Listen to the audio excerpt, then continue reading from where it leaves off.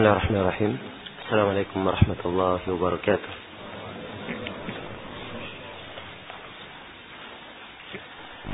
Alhamdulillahi rabbil alamin. Wassalatu wassalamu ala al-mab'uts rahmatan lil alamin. Nabiyyina Muhammad wa ala alihi wa sahbihi wa man tabi'ahum bi ihsanin ila yaumiddin, amma ba'd. Ini majelis yang ke-28 ya.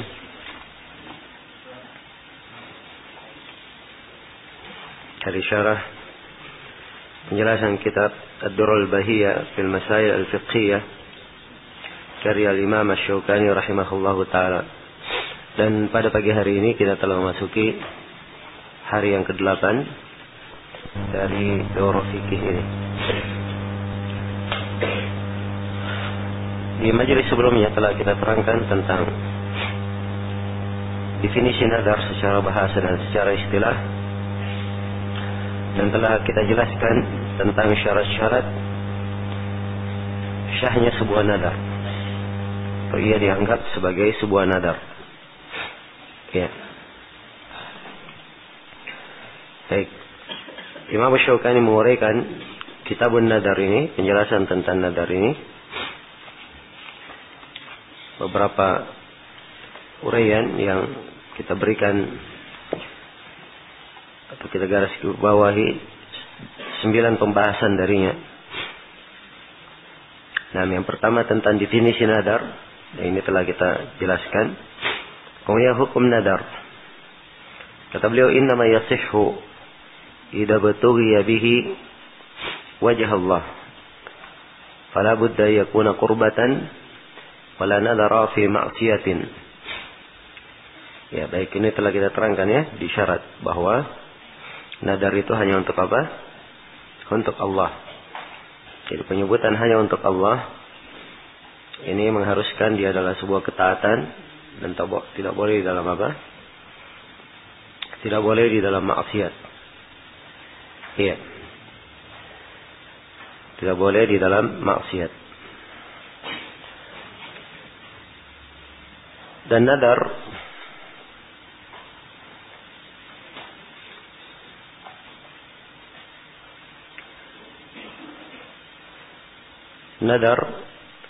itu disebutkan oleh para ulama ada beberapa bentuk. Bentuk yang pertama adalah an-nadar al-mutlaq. Nadar mutlak. Ya. Misalnya dia berkata, saya punya kewajiban puasa 1 bulan. Saya bernadar berpuasa sebulan. Maka ini nadarnya apa? Mutlak. Ya. Atau kalau dia sebut sebulan, puasa sebulan, baik, ini ada ada ta'yin berarti ya. Kalau misalnya dia berkata saya punya kewajiban nadar, begitu saja. Ini mutlak. Tidak diketahui apa nadarnya. Saya punya kewajiban apa? Nadar. Maka orang yang seperti ini dia membayar kafarah. Ya, sebab kafarah nadar adalah kafarah sumpah sebagaimana yang akan diterangkan. Nadar yang kedua adalah nadar yang disebut oleh para ulama nadar karena marah atau karena bertikai. Ya. Seorang misalnya marah kepada anaknya, dia mengancam, kalau kamu melakukan perjalanan ke sini, maka saya bernadar akan berpuasa sebulan. Ya. Supaya anaknya tidak melakukan perjalanan. Jelas ya? Tapi kalau anaknya melakukan perjalanan, maka ini terhitung apa? Nadar bagi orang tua. Wajib dia tunaikan. Kalau tidak, dia membayar apa? Bayar kafarah. Baik. Nadar yang ke-3 adalah nadar yang mubah. Nadar yang boleh. Iya. Misalnya dia berkata, saya bernadar untuk memakai baju ini. Baju. Kalau dia adalah nadar yang boleh, Dia diberi pilihan antara dia melaksanakannya atau dia membayar apa? Membayar kafarah. Ini nadar yang ketiga, nadar yang mubah. Nadar yang keempat adalah nadar makruh. Nadar yang makruh. Misalnya dia bernadar akan mentalak istrinya. Ya. Maka dia sebaiknya membayar kafarah terhadap sumpahnya tersebut. Kemudian nadar yang kelima adalah nadar maksiat. Nadar maksiat. Dan ini akan diterangkan oleh Syaukani. Maksiat tidak boleh dilakukan. Tapi siapa yang bernadar dengan nadar maksiat, dia tetap membayar kafarah. Wajib membayar kafarah, dan ini akan dijelaskan.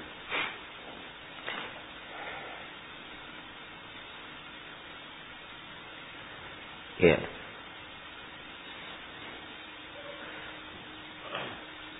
Dan nadar yang keenam adalah nadar dia melakukan kebaikan. Nadar tabarrur. Ya.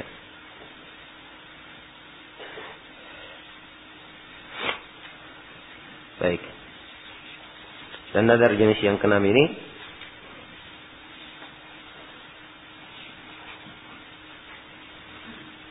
baik, ini mungkin akan berlalu ya. Coba kita lihat pembahasannya.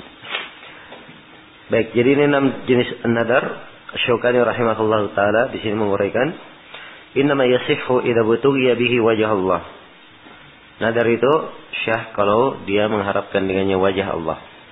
Fala budda yakuna qurbatan wala nadara fi ma'siyah.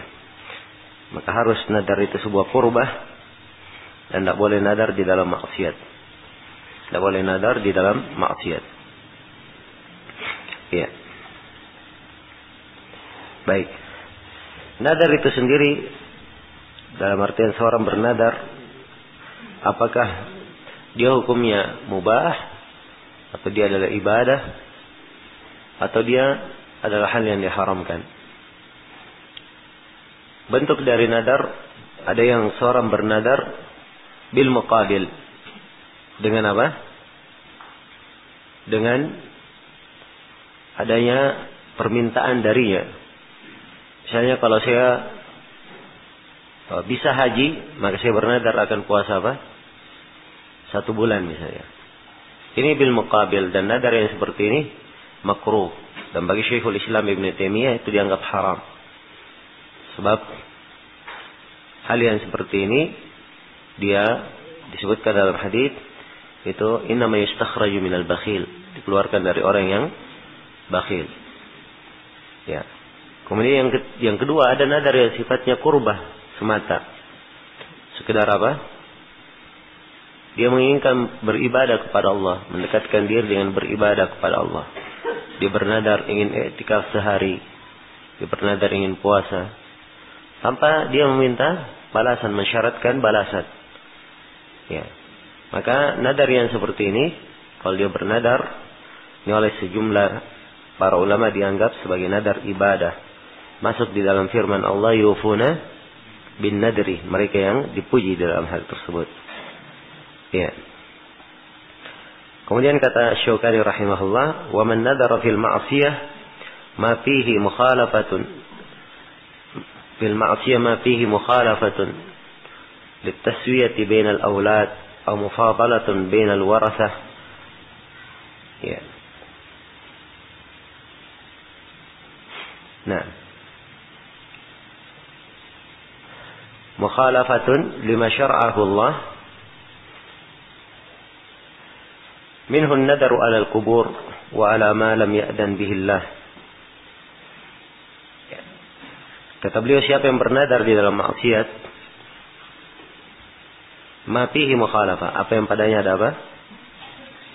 Di dalamnya ada mukhalafah. Ada mukhalafah litaswiyah bainal aulad. Ini mulai diberi contoh ya. Apa yang ada di dalamnya mukhalafah, dia menyelisihi. Misalnya menyelisihi apa yang di dalamnya, misalnya dia menyelisihi ketentuan harusnya dia membagi rata antara anak-anak. Ya, misalnya dia bernadar, misalnya saya atau hanya memberi si fulan tanah misalnya, yang lainnya tidak. Atau dia bernadar bahwa si fulan disebut tanah laki-laki yang saya akan beri 2 kali lipat, ya, dari si fulan anak laki-lakinya yang lain. Ya, ini tidak diperbolehkan sebab ini maksiat. Karena kewajibannya adalah dia berbuat adil antara anak-anaknya. Atau mufadalah bainal warasah, dia lebih mengutamakan sebagian ahli waris. Ya, ahli waris ada bagian-bagiannya telah ditentukan. Sebagaimana yang akan datang nanti di pembahasannya, telah ditentukan kapan dia membuat mufadalah, maka ini adalah apa? Adalah keliru. Ini 2 contoh ya, taswiyah dan mufadalah bainal warasah. Mukhalafatan lima syara'ahu Allah. Ya. Jadi minan nadri fil ma'siyah ma fihi minan nadri fil ma'siyah, dikasih contoh ma fihi mukhalafah, itu contoh ya, wa mufadalah. Mukhalafatan lima syara'ahu Allah, diterangkan bagaimana bentuk maksiat itu, bahwa ukuran maksiat di dalamnya dia menyelisihi apa yang disyariatkan oleh apa? Oleh Allah. Ya, contoh lain wa minhu, dan diantaranya adalah an-nadaru alal kubur. Dia bernadar untuk apa? Untuk kubur. Nah, ini nadar maksiat. Nadar maksiat. Dan Rasulullah sallallahu alaihi wasallam telah menjelaskan tentang nadar maksiat ini dalam hadits Ibnu Abbas. Iya. Baik. Dalam hadits Aisyah yang diriwayatkan oleh Imam Ahmad dan Ashabus Sunan, dan datang juga dari beberapa jalan yang lain, dari sahabat yang lain, Rasulullah SAW bersabda, la nadra fi ma'siyatin. Tidak ada nadar di dalam apa? Di dalam maksiat. Wa kaffaratuhu kaffaratu yamin. Dan kafaranya adalah kafarah apa? Kafarah sumpah. Ya, dan di dalam riwayat Bukhari dan Muslim dari hadits Aisyah, Rasulullah SAW bersabda, man nadara ayyuti Allah falyuti'hu, wa man nadara ayya'siyahu fala ya'sihi. Siapa yang bernadar untuk taat kepada Allah, maka hendaknya dia taat. Dan siapa yang bernadar untuk dia bermaksiat kepada Allah, maka tidak boleh dia bermaksiat kepada Allah. Jelas ya? Jadi ketentuan nadar maksiat, apa saja yang dia nadarkan dan di dalamnya ada mukhalafah, ya, ada penyelisihan terhadap apa yang disyariatkan oleh Allah, maka dia adalah nadar apa? Nadar maksiat. Iya. Dan di sini beliau beri 3 contoh. Berbuat adil, kalau dia bernadar untuk tidak berbuat adil antara anak-anaknya. Ini maksiat sebab berbuat adil di antara anak-anak dalam pemberian, hukumnya apa? Hukumnya wajib. Demikian pula dia, contoh yang kedua, dia memberikan mufadalah antara ahli warisnya, saling melebihkan. Dan ini adalah maksiat sebab warisan itu telah ditentukan bagian-bagiannya di dalam syariat kita. Kemudian yang ketiga, nadar untuk kubur. Wa minhun nadaru alal kubur. Ya. Contoh yang lain bernadar untuk apa? Ya, kubur. Dia bernadar misalnya akan datang ke kuburan atau menyembelih ke kuburan atau yang semisal dengan itu. Kemudian yang keempat, wa ala ma lam ya'dan bihillah, dan dia bernadar untuk apa yang tidak diizinkan oleh Allah Subhanahu wa taala. Ya, kalau dia tidak diizinkan hal itu adalah perkara yang tidak disyariatkan, maka tidak boleh dia bernadar seperti itu. Karena itu dalam hadits Ibnu Abbas, ya, riwayat Al-Bukhari. Nah, tatkala Rasulullah SAW sedang berkhutbah, maka beliau didatangkan oleh seorang yang berdiri, seorang lelaki berdiri. Ya. Atau beliau melihat seorang lelaki berdiri. Maka Nabi bertanya tentang dia, siapa itu yang berdiri terus di matahari? Maka orang-orang berkata, hada Abu Israel. Ini orang namanya siapa? Abu Israel. Nadara an yaquma fi syams wa la yaq'ud wa la yastadil wa la yatakallam wa ay yasum. Dia nadar untuk berdiri di matahari, tidak boleh duduk, tidak boleh berteduh, tidak boleh bicara, dan dia berpuasa. Ya. Faqala Nabi sallallahu alaihi wasallam, maka Nabi bersabda, muruhu liyatakallam wal yastadil wal yaq'ud wal yutimma shaumahu. Perintah dia untuk bicara, perintah dia untuk berteduh, perintah dia untuk duduk, dan hendaknya dia sempurnakan puasanya. Sebab dari seluruh yang dia lakukan ini, yang ketaatan yang mana? Hanya puasa. Yang lainnya adalah hal yang tidak disyariatkan. Ya, karena itulah dari dalil ini diambil pendalilan bahwa apa yang tidak disyariatkan oleh Allah itu adalah bentuk maksiat kalau dilakukan, tidak boleh seorang melakukannya. Jelas ya? Kemudian kata beliau rahimahullahu taala, "Wa man awjaba ala nafsihi fi'lan lam yashra'hu Allah lam yajib alaihi. Wa kadzalika in kana mimma syara'ahu Allah wa huwa la yutiquh." Siapa yang mewajibkan atas dirinya sebuah perbuatan yang tidak disyariatkan oleh Allah, maka itu tidak wajib baginya. Ini kalau dia bernadar-nadar maksiat diwajibkan, maka tidak menjadi apa? Wajib baginya. Ya. Ini tentang masalah pelaksanaannya. Tapi kalau begitu dia tidak boleh mengerjakannya, tapi sepanjang dia sudah bernadar, maka ada kafarah apa? Kafarah sumpah yang akan kita terangkan. Ya, demikian pula kalau dia bernadar melakukan sesuatu yang disyariatkan. Ya. Dia bernadar melakukan apa? Sesuatu yang disyariatkan, tetapi dia tidak punya kemampuan. Ya, tidak punya kemampuan. Nah, maka yang seperti ini, ya, tidak disyariatkan dia melakukannya. Sebagaimana diterangkan dalam hadits Anas yang diriwayatkan oleh Imam Al-Bukhari dan Imam Muslim, bahwa Nabi melihat seorang atau orang tua yang dipapa antara dua anaknya. Maka Nabi bertanya, siapa ini? Kenapa dia dipapa oleh kedua anaknya? Maka mereka menjawab, nadar ayyam syi'a ila baitillah. Orang ini bernadar untuk berjalan ke Ka'bah. Ya. Jadi dia bernadar untuk apa? Berjalan. Orang berkendaraan, dia ingin berjalan dengan kakinya. Ini tidak mampu dia melakukannya. Maka Nabi SAW bersabda, Inna allaha anta'adi bihada li nafsihi laghani. Sungguhnya Allah maha cukup, tidak perlu ya, kepada perbuatan orang ini menyiksa dirinya sendiri. Jadi itu dianggap sebagai perbuatan apa? Ya, menyiksa diri. Ya, perbuatan yang menyiksa diri. Dan ini tidak diperbolehkan. Sepanjang dia tidak mampu melakukannya, maka hal tersebut adalah hal yang tidak disyariatkan. Hal yang tidak disyariatkan.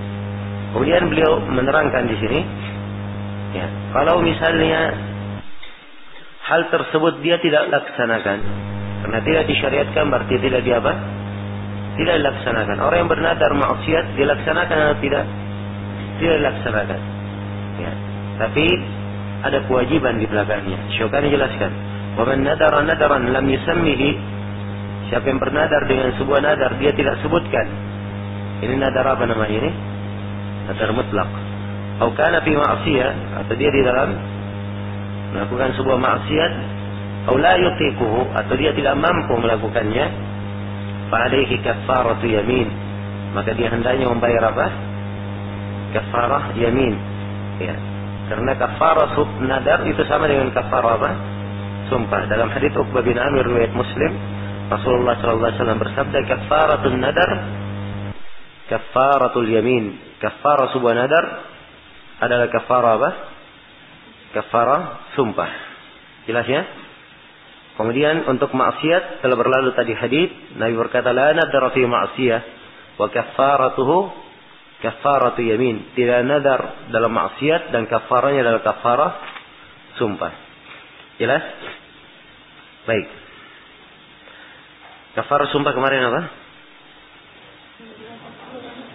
memberi makan 10 orang miskin atau memberi pakaian 10 orang miskin atau membebaskan seorang budak. Kalau tidak mampu berpuasa 3 hari apa? Harus berturut-turut. Iya. Baik. Kemudian kata beliau rahimahullah, selesai ini segera jelas.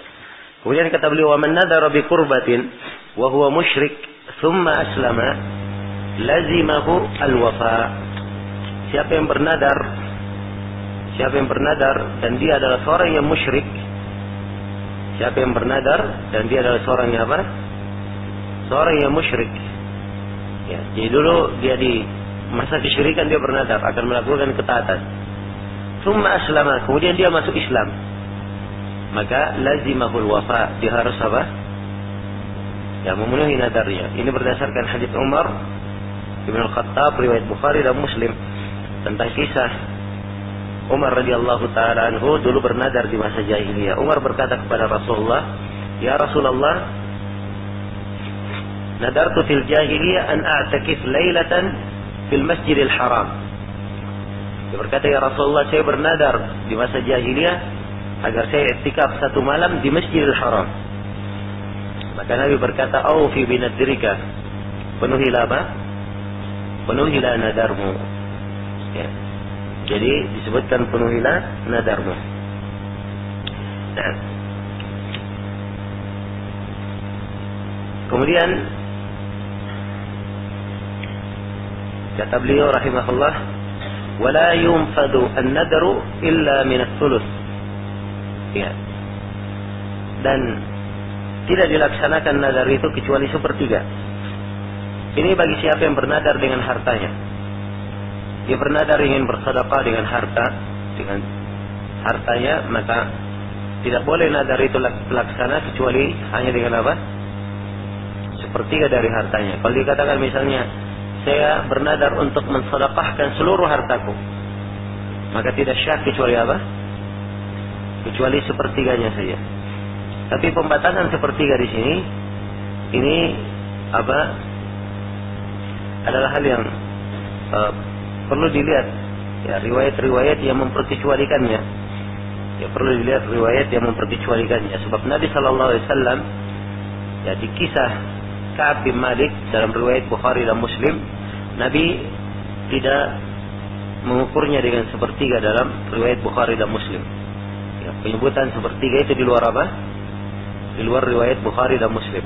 Jadi disebutkan oleh Ka'ab bin Malik bahwa beliau berkata,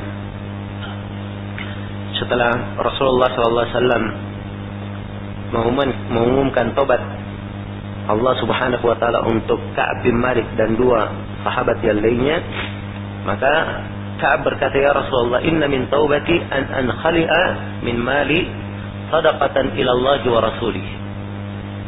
Ya, katanya Rasulullah, sungguhnya dari tobatku saya akan melepaskan hartaku sebagai sedekah untuk Allah dan Rasulnya.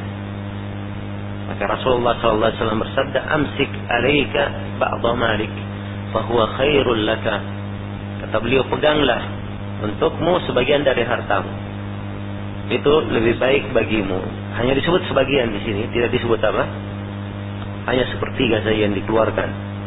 Nah, memang ada riwayat Ka'ab berkata, ya, setelah disebutkan sedekah, maka Nabi berkata, tidak. Ya, maka Ka'ab berkata, bagaimana kalau setengahnya? Nabi berkata, tidak. Kemudian Ka'ab berkata, bagaimana kalau 1/3-nya? Maka Nabi berkata, iya. Tapi ini ada kelemahan di dalam sanadnya, dan tambahan ini di luar riwayat Bukhari dan Muslim, ya. Dan telah disifatkan oleh sebagian para ulama bahwa ada nakara di dalam riwayat ini. Jelas ya? Maka kalau dia bernadar dengan seluruh harta yang dia tidak keluarkan semuanya, tapi dia simpan sebagian darinya. Dia simpan sebagian darinya. Kalau dia keluarkan 1/3, karena dia melihat dari pembahasan di wasiat nanti bahwa wasiat tidak boleh dikeluarkan lebih daripada apa? Ya, 1/3, maka itu tidak ada masalah kalau dia hanya keluarkan 1/3. Tapi siapa yang mengeluarkan lebih dari 1/3, insyaallah taala tidak mengapa. Tapi kalau dia ingin hati-hati keluar dari silam pendapat, dia mengambil mengeluarkan hanya 1/3 saja. Kemudian kata beliau, wa idza mata an-nadir bi qurbatin fa fa'alaha anhu waladuh ajza'ahu dalika. Ya, andai kata orang yang bernadar melakukan ketaatan, dia meninggal, kemudian anaknya melakukan hal itu untuk ayahnya yang bernadar ini, untuk ayahnya yang sudah meninggal, nadarnya dilakukan oleh anaknya, maka kata Syukani ajza'ahu dalika. Hal itu adalah hal yang apa? Hal yang boleh. Nah, hal yang boleh. Ya. Dan ada riwayat-riwayat yang menjelaskan tentang hal ini. Di antaranya adalah hadits ya, tentang hadits Ibnu Abbas dan Sa'ad bin Ubadah yang bertanya bahwa inna ummi matat wa 'alaiha nadrun lam taqdihi. Sungguhnya ibuku meninggal dan dia punya nazar, dia belum tunaikan. Maka Rasulullah SAW bersabda, iqdihi anha. Ya, kamu bayarkanlah nadar itu untuknya. Nah, kamu bayarkan nadar itu untuknya. Dan telah berlalu bersama kita pembahasan di pembahasan puasa ya, tentang man mata wa alaihi siyam shoma anhu waliyuhu. Siapa yang mati dan dia punya tunggakan puasa, maka dipuasakan oleh siapa? Walinya. Dan ini di dalam sejumlah riwayat dan dikuatkan oleh Syekh Al-Albani bahwa yang dimaksud adalah nadar apa? Puasa apa? Puasa nadar. Ya, walaupun telah kita terangkan ya bahwa hadis konteksnya lebih umum. Baik. Selesai sudah apa yang berkaitan dengan pembahasan nadar. Kemudian kata Syukani rahimahullahu taala, Kitabul At'imah. Nah, al-at'imah jama' dari ta'am. Ta'am adalah makanan. Ya.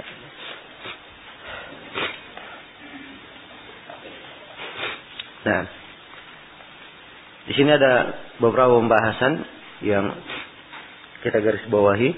Pembahasan yang pertama, hukum asal suatu makanan adalah halal. Syukani berkata, al-aslu fi kulli syai'in al-hil. Asal pada segala sesuatu adalah halal. Wala yahrumu illa ma harramahu Allah wa rasuluhu sallallahu alaihi wasallam. Tidak ada yang diharamkan kecuali apa yang diharamkan oleh Allah dan Rasulnya sallallahu alaihi wasallam. Wa ma sakata anhu fahuwa afwun. Apa yang didiamkan oleh Allah dan Rasulnya maka itu dimaafkan. Ya, ini hadits yang menyebutkan apa yang didiamkan itu dimaafkan, ada kelemahan. Ya, dan para ulama berbeda pendapat di dalam masalah apakah ada martabat ketiga ya setelah halal dan haram. Jadi ada halal, ada haram. Apakah ada martabat yang disebut dengan martabat al-afu, yang dimaafkan? Ya, jawabannya yang tahqiq dalam masalah ini tidak. Yang ada cuma halal atau apa? Haram. Ya. Dan apa yang antara keduanya atau didiamkan, dia ya dilihat indikasi dan qarinanya ya. Dan pastinya dia tidak lepas dari salah satu dari dua hal. Mungkin dia halal dan mungkin dia apa? Dia haram. Karena itu dalam hadis Nabi sallallahu alaihi wasallam bersabda, "Innal halala bayyinun wa innal harama bayyinun wa bainahuma umurun mushtabihat." Ya, sungguhnya halal itu jelas dan haram itu jelas. Antara keduanya perkara yang samar-samar. Ya, samar-samar itu bukan artinya dia perkara sendiri. Dan nampak dia haram atau apa? Dia halal. Ya, jadi hanya ada dua kemungkinan, dia halal atau dia haram. Dan asal dalam segala sesuatu asalnya adalah apa? Asalnya adalah halal. Ini adalah kaidah. Ya, dan ini ditunjukkan oleh sejumlah adillah, di antaranya firman Allah Subhanahu wa taala, "Ya ayuhan nasu kulu mimma fil ardi halalan thayyiba." Wahai sekalian manusia, makanlah apa yang ada di atas muka bumi halalan thayyiba. Ya, sebagai suatu halal yang baik. Jelas ya? Jadi asalnya segala sesuatu itu adalah halal, boleh untuk apa? Dimakan. Ya ayuhar rusul kulu minat tayyibati wa'malu salihah. Wahai para rasul, makanlah dari at-tayyibat dan beramal salihlah kalian. Ya. Nah, dan firman Allah Subhanahu wa taala, "Huwallazi khalaqa lakum ma fil ardi jami'a." Dialah Allah yang menciptakan untuk kalian seluruh yang ada di muka bumi. Jadi ini asal bahwa seluruh yang diciptakan di muka bumi untuk siapa? untuk kalian. Jelas ya? Dan banyak lagi nas-nas yang menunjukkan bahwa asal dalam makanan adalah apa?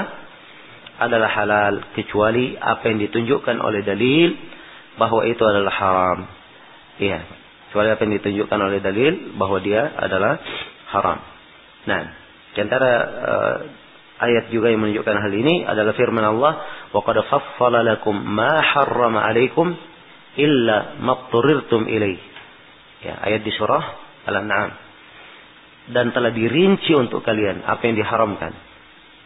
Jadi, apa yang diharamkan itu telah dirinci pengharamannya. Artinya kalau tidak ada rincian pengharaman, berarti dia adalah apa? Dia adalah halal. Jelas ya? Baik. Kemudian di sini Asy-Syaukani rahimahullahu taala menjelaskan makanan-makanan yang diharamkan. Setelah beliau menanamkan kaidah bahwa kaidahnya adalah apa? Ya, kaidahnya bahwa asal pada makanan itu adalah apa? Adalah halal.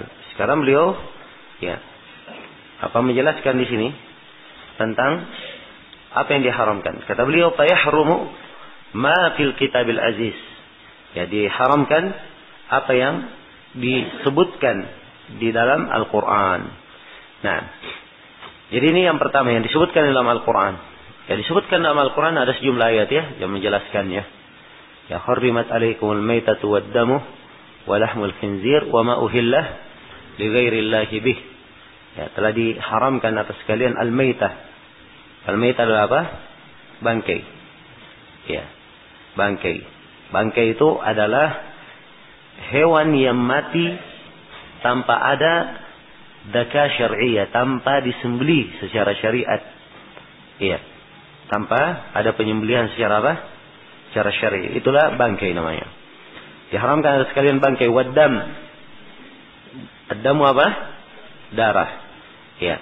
Ini juga diharamkan di masa dahulu. Ya. Orang-orang di masa jahiliyah, darah yang mengalir itu, yang muncrat dari hewan, mereka kumpulkan. Kemudian mereka bakar, lalu mereka makan darinya. Nah, dan ini adalah hal yang apa? Tidak diperbolehkan. Sebab darah hukumnya adalah haram. Dan ini subhanallah, ya, masih tetap dilakukan oleh orang-orang di hari ini. Ya. Jelas ya? Masih ada orang-orang yang makan darah, waliyadzubillah, dia keringkan kemudian dia goreng. Ya. Saya ingat sebuah kejadian di Yaman, ya, di kota Son'a, di Babul Yaman. Ada yang jual goreng-gorengan. Saya pikir itu hati. Ya. Sebab mirip hati. Ya. Ternyata darah. Subhanallah. Ya. Demikian ya. Maka ini adalah hal yang diharamkan. Jelas? Adapun darah yang tersisa di tulang-tulang hewan. Ya, kalau disembelih masih ada darah tersisa di situ. Atau di sela dagingnya masih ada darah. Maka itu adalah hal yang tidak dipermasalahkan. Ya, tidak ada seorang ulama pun yang mengharamkan yang seperti itu. Sebab memang di dalam konteks ayat disebutkan audaman maspuhan, atau darah yang apa? Maspuh, yang mengalir. Jadi setelah disembelih yang mengalir darinya, itulah yang diharamkan. Adapun darah yang masih tersisa di daging dan di tulang, maka ini apa? Tidak dipermasalahkan. Tidak apa-apa. Jelas ya? Kalau misalnya dia makan dagingnya tidak begitu matang, masih kelihatan ada darahnya, itu tidak ada masalah. Baik. Kemudian yang disebut berikutnya dalam ayat, waddamu walahmul khinzir. Ya. Dan daging apa? Daging babi. Ini jelas haramnya. Kemudian wama uhilla li ghairillahi bih. Dan apa yang disembelih tidak menyebut nama Allah. Ini menunjukkan bahwa segala yang disembelih tidak menyebut nama Allah Subhanahu wa taala, maka dia adalah apa? Dia adalah haram. Dia adalah haram. Dan ini akan datang di bab penyembelihan. Ya, tentang keharusan membaca basmalah. Ya, dan cara menghalalkan sembelihan itu. Jelas ya? Baik. Ya. Demikian pula di ayat yang lainnya. Jadi hurrimat alaikum ini ada di beberapa tempat di dalam Al-Quran. Ada di surah Al-Baqarah, ada pula di surah Al-Ma'idah, kemudian ada di surah An-Nahl. Ya. Dan kaidahnya disuruh di Al-Quran, semuanya konteks ayatnya seperti itu. Hurrimat alaikumul maitatu waddamu wa lahmul khinzir wa ma uhilla li ghairillahi bih. Bihinya semuanya di belakang. Pada konteks ayat yang seperti ini. Kecuali di satu surah. Ya. Bihinya dikedepankan. Wa ma uhilla bihi li ghairillah. Di surah apa itu? Di surah Al-Baqarah. Baik. Dan ayat di surah Al-An'am, Allah Subhanahu wa taala berfirman, "Qul la ajidu fima uhiya ilayya muharraman ala ta'imin yata'amuhu illa yakuna maitatan aw daman masfuhan aw lahma khinzir." Ya, katakanlah, saya tidak menemukan apa yang diwahyukan kepadaku ada hal yang diharamkan atas orang yang memakannya, diharamkan baginya untuk memakannya. Nah, ini ayat juga dalil umum menunjukkan bahwa asalnya semua makanan itu asalnya adalah apa? Adalah halal. Sebab Allah mewahyukan, diperintah untuk berkata, saya tidak menemukan dari apa yang diwahyukan hal yang diharamkan bagi seorang yang makan untuk memakannya kecuali. Maka yang diperkecualikan inilah yang disebut apa? Haram. Jadi asalnya adalah apa? Adalah halal. Ya, kecuali apa? Maitah. Kecuali bangkai. Kemudian daman masfuhan, darah yang masfuh. Inilah yang memperjelas kata darah di ayat-ayat yang lain. Aw lahma khinzir, atau daging babi. Fa innahu rijis. Kemudian disebutkan dia adalah najis. Ya. Jelas? Kemudian disebutkan yang keempat adalah apa yang disembelih untuk selain Allah. Nah, jelas sampai sini? Namun perlu saya berikan pemahaman terhadap ayat ini. Ya, ayat ini dipahami oleh sebagian orang, ya, bahwa ini ayat menunjukkan yang diharamkan itu cuma 4 ini saja. Selain dari 4 ini adalah halal, tidak diharamkan. Ya, jelas ya? Dan saya kira, ya, kita kadang mendengar dan membaca ada orang yang memberi fatwa seperti itu. Ditanya apa hukum makan anjing? Jawabannya tidak ada masalah, halal. Ya. Kenapa? Ya, sebab di dalam Al-Quran tidak disebutkan dari apa yang diharamkan. Jadi tidak ada yang haram kecuali 4 saja, mereka katakan. Dan ini pemahaman yang keliru. Pemahaman yang keliru. Sebab memang di dalam ayat hanya disebutkan apa? Disebut 4. Tetapi di dalam hadits Rasulullah SAW, ya, bahkan di dalam sebagian ayat Al-Quran juga telah dirinci atau telah diterangkan hal-hal lain selain daripada apa? Selain daripada 4 ini. Ya, selain daripada 4 ini. Maka asalnya apa yang diterangkan tersebut itu diperkecualikan. Itu harus apa? Harus diperkecualikan. Jelas ya? Sama dengan firman Allah Subhanahu wa taala, wa allaysa lil insani illa ma sa'a. Tidak ada bagi manusia kecuali apa yang dia upayakan. Asalnya manusia itu tidak mendapatkan amalan kecuali apa? Apa yang dia upayakan, apa yang dia usahakan, dia kerjakan di dunia. Ya. Maka kalau ada yang berbuat kebaikan untuknya, amalannya sampai atau tidak? Tidak sampai, itu kan asal. Ya, tapi diperkecualikan di dalam hadits-hadits. Ada yang diperkecualikan. Sedekah jariyah, ilmu yang bermanfaat, anak saleh mendoakan untuknya, kemudian dia mewakafkan, ya, dalam bentuk rumah misalnya untuk orang-orang yang berlalu lalang lewat di situ, atau dia menanam sebuah pohon dan seterusnya. Ya, jelas ya? Maka perkecualian ini diterima. Diterima dalam apa? Dalam nas ayat. Nah, disinilah repotnya sebagian orang, dia masuk di dalam pembahasan dan tidak mengerti kaidah-kaidah. Ya, bingung di dalam membahasnya. Ya, mereka di dalam hal ini, ya, hanya membaca pendapat sebagian ulama. Oh, dia baca ini pendapat ulama Hanafiyah. Hanafiyah cuma 4 saja yang apa? Ya, cuma yang disebut dalam Al-Quran saja haram. Selainnya adalah apa? Adalah halal. Ya. Yang jumhurul ulama, selain dari yang disebut dalam ayat, ada juga apa? Ada juga yang diharamkan selain dari ayat. Itu jumhur ulama, kebanyakan ulama. Ya. Dan lucunya mereka bukan orang-orang Hanafiyah. Jelas ya, tetapi ambil pemahaman dari apa? Hanafiyah. Orang-orang Hanafiyah itu punya kaidah dalam hal ini. Ya, adanya tambahan terhadap nas ayat itu artinya memansuhkan ayat. Ya, itu artinya apa? Memansuhkan ayat. Dan ini kaidah mereka, kaidah keliru dari asalnya. Jelas ya? Nah, bercabanglah di belakangnya banyak hal sehingga orang-orang Hanafiyah apa? Mereka berpendapat, ya diantaranya seperti pendapat ini. Diantaranya seperti apa? Pendapat ini. Sebab mereka memandang adanya tambahan terhadap nas ayat itu adalah apa? Memansuhkannya. Itu adalah memansuhkan ayat tersebut. Jelas sampai sini? Baik. Dan ini adalah pemahaman yang keliru. Inilah saya sebutkan di sini akar-akar ya pemahaman yang keliru supaya dipahami. Karena itu tidak semua orang yang berdalilkan ya pas cara pendalilannya. Ya. Pas cara pendalilannya. Seperti orang yang tadi berkata halal makan anjing. Ya, dalilnya apa? Dia bawakan ayat Al-Quran, Masya Allah. Ya. Tidak ada yang diharamkan kecuali ini dalam nas ayat. Berarti selain daripada ini adalah apa? Adalah halal. Ia masuk akal ya bagi siapa? Orang yang tidak mempunyai ilmu. Ya. Tapi kalau dia punya ilmu, maka dia tahu bahwa ini adalah pendalilan yang keliru. Pendalilan yang keliru. Sebab Nabi SAW memberikan perkecualian-perkecualian yang lain. Bahkan di dalam Al-Quran dikatakan wa hurrimat alaikum al-khaba'ith, dan diharamkan atas kalian apa? Al-khaba'ith. Al-khaba'ith ini kata lebih umum. Ya, segala yang dianggap mustakhbath, dianggap jelek, dianggap menjijikkan, tidak layak, maka itu masuk di dalam hal yang apa? Hal yang diharamkan. Ya, 4 yang disebut di dalam ayat dan selainnya. Ya, dan selainnya. Ini ayat Al-Quran juga. Kan begitu? Ini juga adalah apa? Ayat Al-Quran.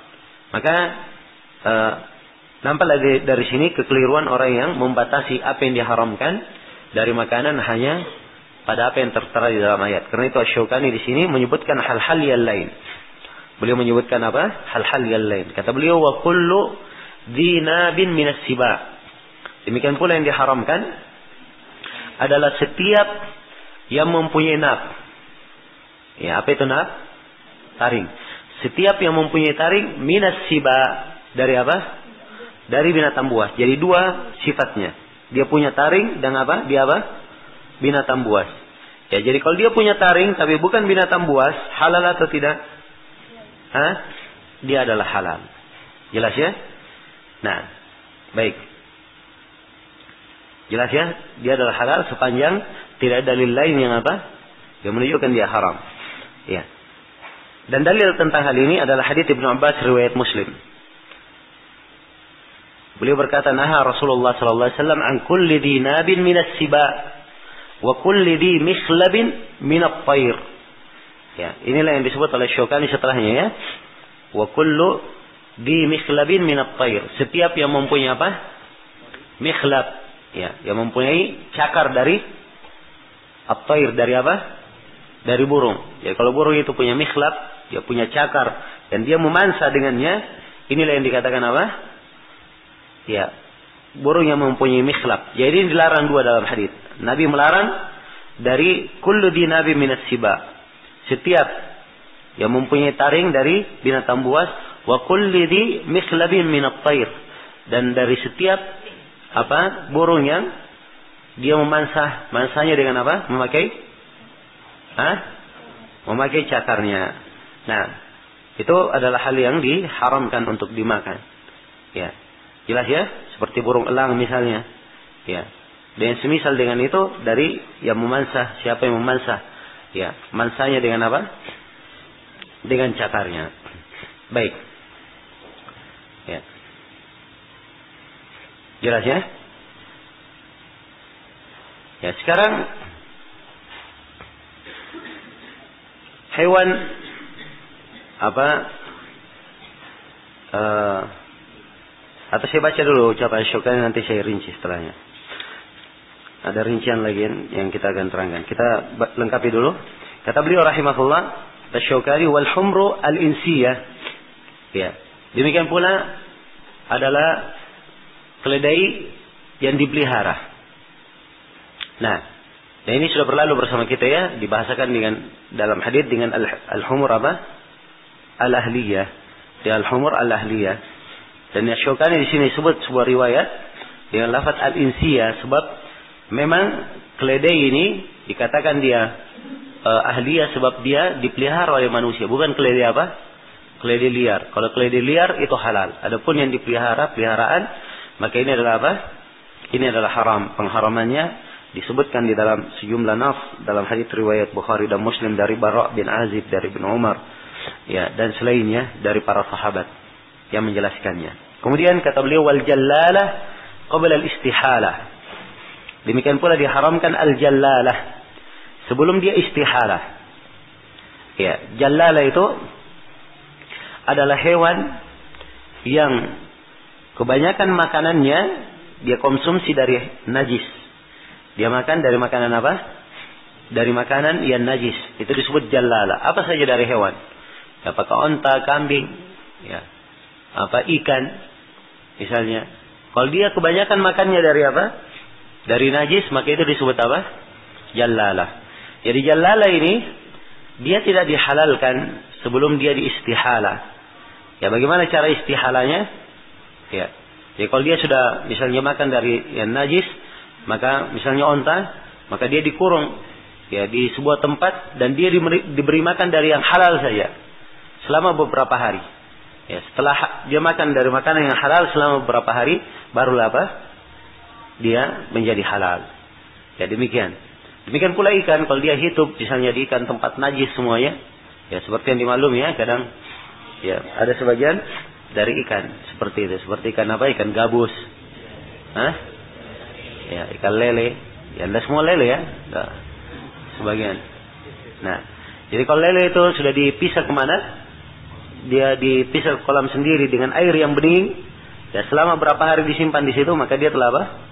Telah bersih kembali. Nah, ini yang dimaksud oleh Syaukani. Tapi pendalilannya telah syah sejumlah hadits yang menunjukkan bahwa diharamkan untuk makan dari jallalah. Di antaranya hadits yang diriwayatkan oleh Ibnu Umar, ya, diriwayatkan oleh Imam Ahmad, Abu Daud, Ibnu Majah, Tirmidzi dan selainnya dari Ibnu Umar, di mana Rasulullah sallallahu alaihi wasallam naha an aklil jallalah wa albaniha. Nabi melarang dari makan jallalah dan meminum apa? Susunya. Jelas ya? Maka ini nampak bahwa hal ini menunjukkan apa? Menunjukkan haramnya. Menunjukkan haramnya. Akan tetapi, ya Syaukani berkata qabla al-istihala. Sebelum apa? Sebelum istihala. Jadi kalau dia sudah istihala, ya sudah apa namanya, makanannya bersih lagi, ya, maka asalnya illah yang dia dilarang dengannya sudah apa? Sudah hilang. Ya, illahnya kenapa dilarang? Karena dia makan dari apa? Najis. Kebanyakan dari najis dia makan. Begitu dia tidak makan lagi dari najis, sudah makan dari yang halal selama beberapa hari, maka ini dia sudah sama dengan apa? Hewan yang lainnya. Karena itu dia sudah menjadi halal.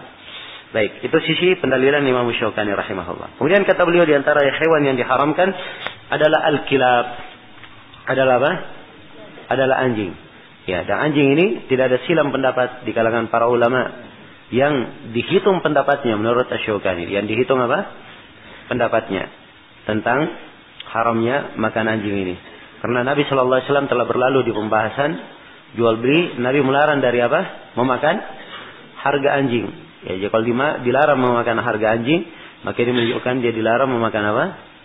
Memakan dagingnya. Dan anjing ini dari mustakhbath, hal yang dianggap apa? Khabith dan menjijikkan. Dan Allah Subhanahu wa taala telah berfirman, "Wa hurrimat 'alaikum al-khaba'ith," dan diharamkan atas kalian al-khaba'ith. Iya, jelas? Kemudian berikutnya kata beliau wal hir. Al-hir adalah kucing, dilarang memakan kucing. Nah, telah berlalu hadis dari Rasulullah sallallahu alaihi wasallam tentang larangan memakan harga anjing dan harga apa? As-sinnaur, ya. Harga kucing, ya. Maka ini menunjukkan hal tersebut tidak boleh dimakan. Nah, memang ada hadis khusus yang langsung menjelaskan tidak boleh makan kucing dan memakan harganya, tapi ada kelemahan di dalam sanadnya. Maka apa yang telah lalu itu sudah cukup, ya. Apa yang telah lalu telah cukup di dalam hal ini. Baik. Dan tidak ada perbedaan di dalam hal ini dalam masalah haramnya memakan kucing antara kucing liar maupun kucing apa? Peliharaan. Baik. Menurut pendapat yang terkuat ya. Adapun orang-orang Syafi'i kadang mereka halalkan kalau kucing liar, mereka apa? Halalkan. Ya, sebagian dari mereka. Sebagian dari orang-orang Syafi'i, tapi yang benarnya semua dari kucing itu haram untuk dimakan. Kemudian yang terakhir, ya, kata Asy-Syaukani beliau kasih kaidah umum, "Wa ma kana mustakhbathan Dan apa yang dianggap khabith. Ya dianggap apa? Khabith. Khabith ini yang dianggap khabith itu adalah sesuatu yang dianggap menjijikkan dan dianggap apa? Jelek oleh manusia. Itulah apa? Khabith. Ya, jelas ya? Apa saja dari yang khabith ini, maka itu adalah haram untuk dimakan. Haram untuk apa? Dimakan. Karena itu para ulama syaratkan bahwa istikdarnya menganggap khabithnya ini di kalangan orang yang mempunyai apa? Tabiat yang masih selamat atau yang masih di atas fitrahnya. Ya. Jelas? Kalau dia punya kelahiran sendiri, maka ini lain lagi masalahnya. Ya. Ada orang menganggap, oh ini menjijikkan bagi saya. Makan cacing. Menjijikkan bagi saya. Itu kebanyakan orang menjijikkan. Dia sendiri bilang, oh kalau saya nggak ada masalah. Ya, saya mau goreng, saya mau masak, nggak ada masalah. Ya. Jelas ya? Maka itu adalah orang yang apa? Ya, pembawaannya sendiri berbeda dengan kebanyakan manusia. Jelas ya? Karena itu kalau misalnya ada sebagian orang yang mengatakan, oh ini di penduduk ini, ya penduduk ini semuanya makan cacing misalnya. Ada cacing-cacing khusus mereka makan. Dan mereka anggap apa? Bagus. Dan ini ada ya pada ya sebagian tempat. Ya, setahu saya, apa?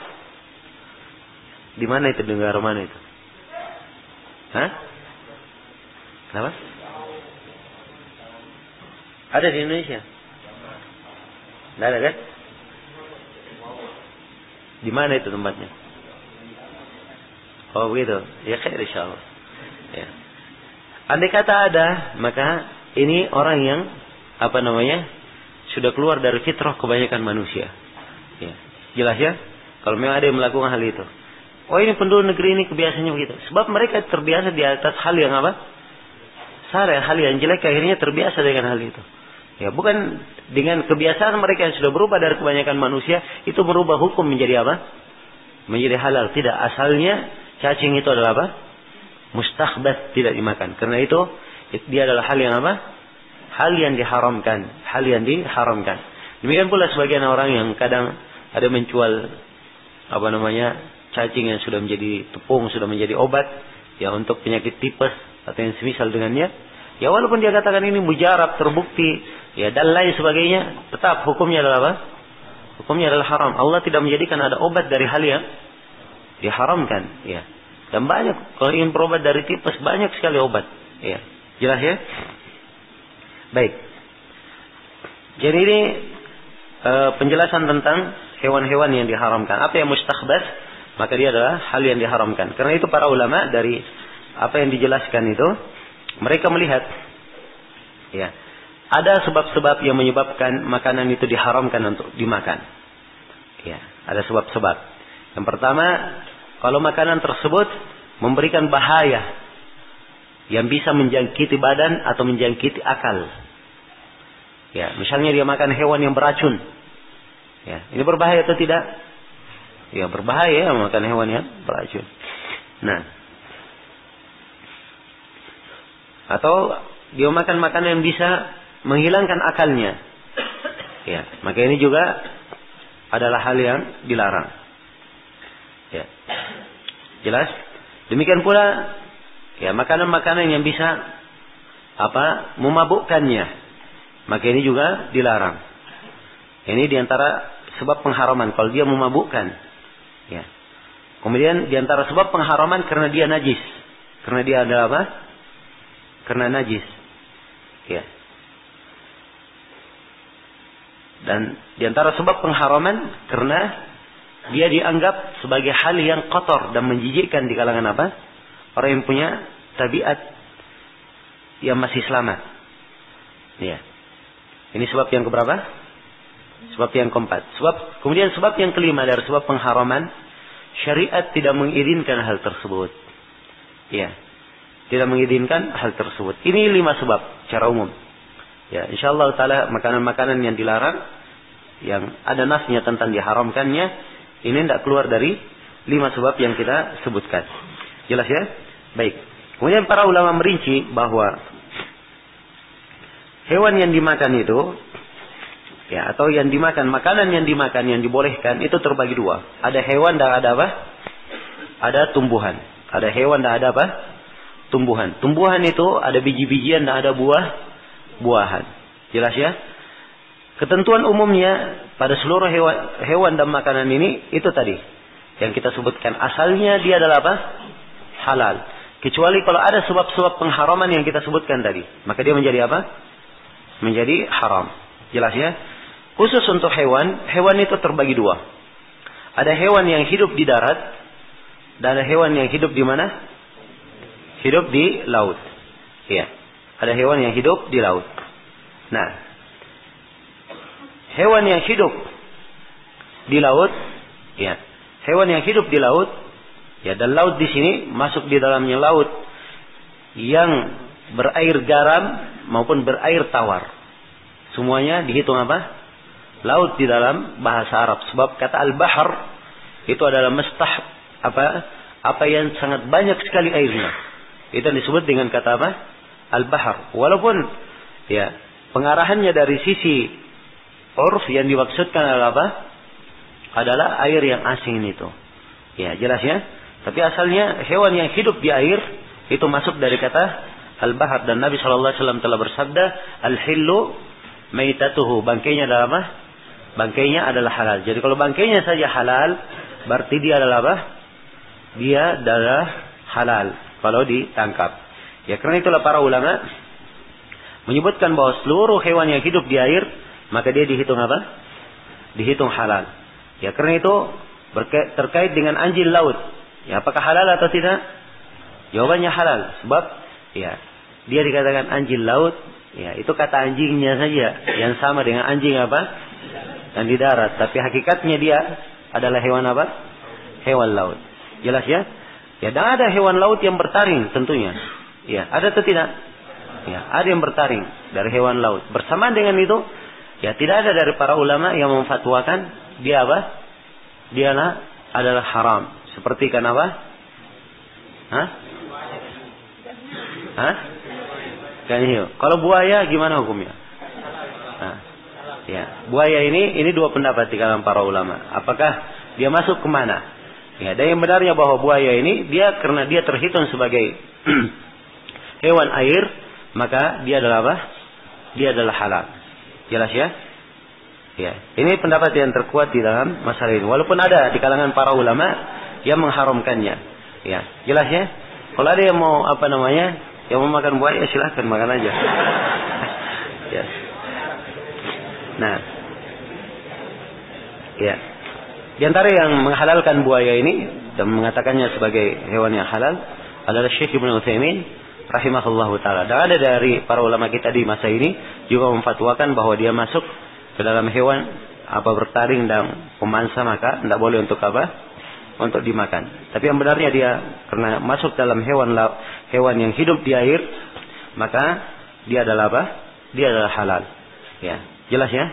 Ini penjelasan bahwa ini makanan yang halal, ya.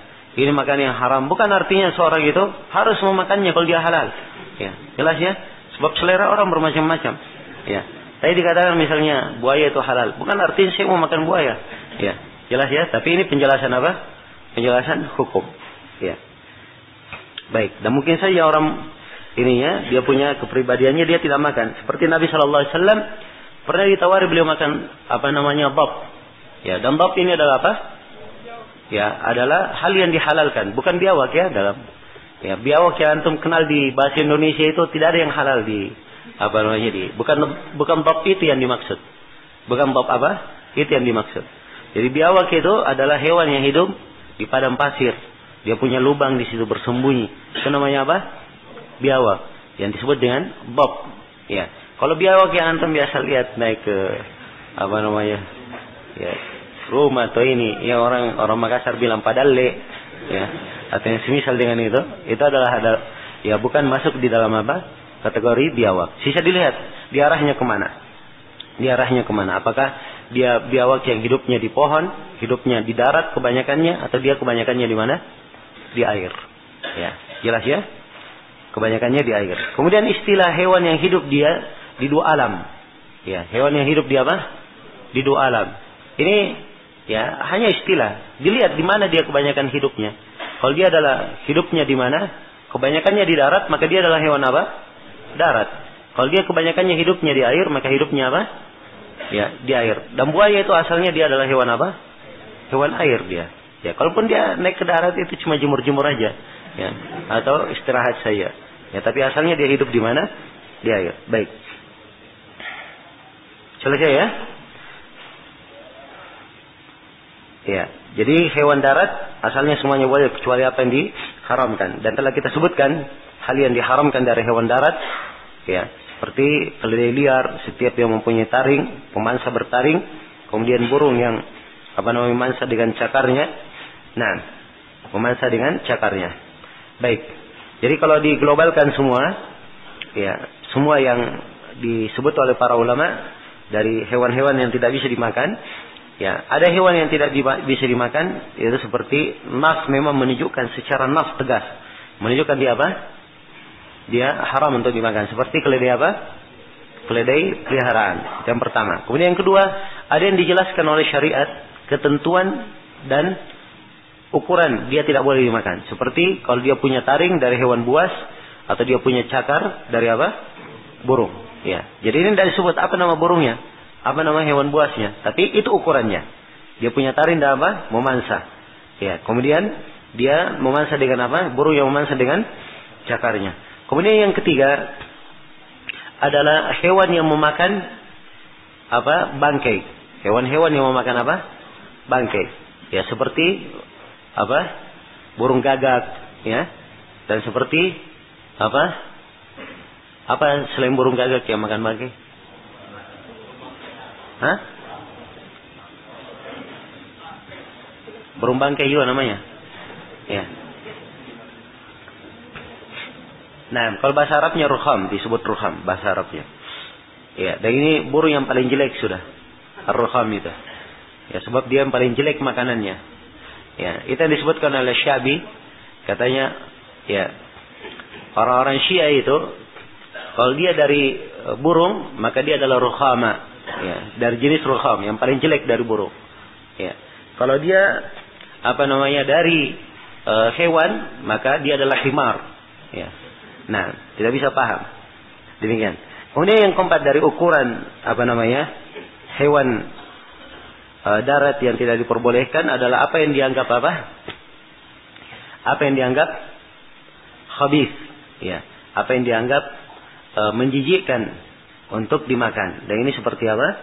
Sudah berlalu, ya. Seperti tikus misalnya, ya. Ular, ya. Dan yang semisal dengannya. Jelas ya? Kemudian, ya, berikutnya dari apa yang dikatakan diharamkan, nah, adalah apa yang lahir dari hewan yang bisa dimakan dan tidak bisa dimakan. Contohnya apa? Apa contohnya? Ya, contohnya bigal. Ya. Bigal ini perkawinan antara apa? Keledai dan kuda. Ya, jadi dia setengah kuda, setengah apa? Setengah keledai. Ya, ini juga ikut diharamkan karena dia lahir antara yang boleh dimakan dan tidak boleh dimakan. Kemudian yang yang keenam adalah hewan yang diperintah oleh syariat untuk dibunuh atau hewan yang dilarang untuk dibunuh. Maka ini semuanya tidak boleh apa? Tidak boleh dimakan. Ya, jadi kalau misalnya diperintah oleh syariat kemarin membunuh apa? Ya, di pembahasan haji membunuh apa? Membunuh al-fawasiq. 5 al-fawasiq. Maka seluruh dari al-fawasiq ini tidak boleh tidak boleh dimakan. Ya, demikian pula syah dalam sebuah riwayat khut-khut, membunuh khut-khut itu tidak diperbolehkan. Nah, tidak ada hewan-hewan yang dilarang untuk dibunuh. Hewan-hewan yang dilarang untuk dibunuh, maka itu juga tidak boleh untuk dimakan. Seperti, ya, dilihat ya sebagian ada hadits yang menjelaskan tentang larangan membunuh apa? Membunuh kodok. Ya. Maka ini menunjukkan bahwa dia haram untuk dimakan. Nah, tapi saya tidak menghadirkan sekarang derajat dari hadits tentang membunuh kodok ini. Seingat saya kemarin ada syah riwayatnya. Ya. Cuman perlu dimurojaah kembali ya. Dilihat kembali. Baik. Kemudian jadi nampak dari sini bahwa itu adalah kaidah-kaidah dalam menentukan yang mana hewan-hewan darat yang tidak boleh dimakan. Ya, sampai sini saya kira selesai ya. Apa yang dianggap halal ya di dalam masalah makanan boleh dimakan, dan apa yang dianggap haram. Jadi setelah menguraikan apa yang diharamkan, Imam Syaukani kembali kepada kaidah asal. Kata beliau, wa ma ada dzalika fa huwa halal. Selain daripada itu dianggap sebagai apa? Hal yang halal. Baik, kemudian kata beliau rahimahullahu taala dalam pembahasan berikutnya, babus sayd, bab tentang hewan buruan. Nah, ya as-sayd itu masdar dari kata fada yasidu faidan. Ya, dan sayd itu artinya dia memburu hewan. Ya, memburu hewan. Nah, menjebaknya secara tiba-tiba. Ya. Jelas? Ya, ini yang dimaksud dengan as-sayd. Nah. Dan as-sayd itu kaitannya dengan hewan yang halal.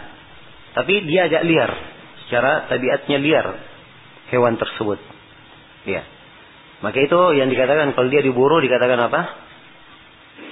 Sebagai sayd. Dianggap sebagai sayd. Nah, dan sayd ini adalah hal yang diperbolehkan. Adalah hal yang diperbolehkan dalam Al-Quran. Wa idza halaltum fastadu. Apabila kalian telah halal, silahkan kalian apa? Berburu. Berburu adalah boleh. Dia diharamkan di masa apa? Di masa ihram, di masa haji. Begitu selesai haji, maka diperintah untuk berburu. Fastadu, maka perintah ini menunjukkan apa? Menunjukkan mana apa? Wajib atau? Hah? Kenapa boleh? Perintah. Asal perintah menunjukkan apa? Wajib. Tapi di sini perintahnya setelah apa? Setelah dia dibolehkan, kemudian dilarang, kemudian dibolehkan. Bolehnya dengan perintah. Maka perintah kalau dia sebelumnya dibolehkan, maka dia kembali kepada asal sebelum dilarangnya. Jadi asal sebelum dilarangnya, perintah ini adalah apa? Dia adalah boleh. Maka asalnya dia adalah boleh. Nah, dan firman Allah Subhanahu wa taala, "Wa ma 'allamtum minal jawarih mukallibina tu'allimunahunna mimma 'allamakumullah. Fakulu mimma amsakna 'alaikum wadhkuru ismallahi 'alaihi." Ya. Dan di antara yang dihalalkan untuk kalian adalah apa yang kalian ajari. Ya, minal jawarih. Apa dari apa? Al-jawari, hewan-hewan yang bisa memburu dengan melukai. Ya, melukai hewan buruannya. Mukallabina. Ya, tu'allimunahunna, yang kalian ajari mereka mimma 'allamakumullah. Dari apa yang Allah ajarkan kepada kalian. Ya. Jadi hewan yang seperti ini kita dikatakan fakulu mimma amsakna 'alaikum. Makanlah apa yang ditangkap oleh mereka. Wadhkur ismallahi 'alaihi. Dan sebutlah nama Allah terhadapnya. Jelas ya? Sebutlah nama Allah terhadapnya. Dan di dalam hadis yang diriwayatkan oleh Imam Al-Bukhari dan Imam Muslim, Rasulullah sallallahu alaihi wasallam bersabda, "Idza arsalta kalbaka al-mu'allam wa dzakarta ismallahi alaihi faqul." Kalau kamu sudah mengirim anjing yang terlatihmu dan kamu sudah sebut nama Allah terhadapnya, maka apa? Makanlah hasil buruannya. Maka makanlah hasil buruannya. Baik. Jelas ya? Maka ini diantara dalil yang menunjukkan disyariatkannya memburu, ya, dan apa namanya dia diantara cara yang halal untuk mendapatkan apa? Mendapatkan makanan. Ya, baik disebutkan di sini oleh Syaukani rahimahullah. Ya, dan kita catat di sini ada 4 pembahasan. Yang pertama ketentuan hewan buruan yang halal. Kata beliau wa maqsida bisilahil jarih wal jawarih kana halalan idza dzukira rasmullahi alaihi. Wa maqsida bi ghairi dzalika fala budda min at-tazkiyah. Fala budda min apa? Min at-tazkiyah. Ya. Sini kata beliau maqsida bisilah. Apa yang disida, apa yang diburu ya dengan silah, dengan apa? Hah? Dengan senjata. Ya. Apakah dengan panah atau dengan tombak? Ya. Jelas ya? Wal jawarih, dan hewan-hewan yang memburu, yang bisa melukai. Ini seperti apa? Seperti anjing misalnya, atau seperti elang misalnya. Kalau dia didik elang itu, ya jelas ya. Kalau dia didik elang, atau hewan apa saja, ya. Kalau dia punya singa misalnya, singanya dia latih, ya terlatih, dia buru sesuai dia kehendaknya, dia ajari bagaimana ininya. Ya cara memburunya, maka tidak ada masalah. Yang penting apa? Dia adalah hewan yang apa? Hewan yang terlatih. Hewan yang terlatih. Jelas ya? Karena halalan. Dia adalah apa? Dia adalah halal. Tapi ada ketentuan-ketentuannya. Idza dzukira ismallahi. Ya, idza dzukira alaihi ismun. Di sini ya. Apabila disebut atasnya nama Allah Subhanahu wa taala. Ya, idza dzukira alaihi ismullah.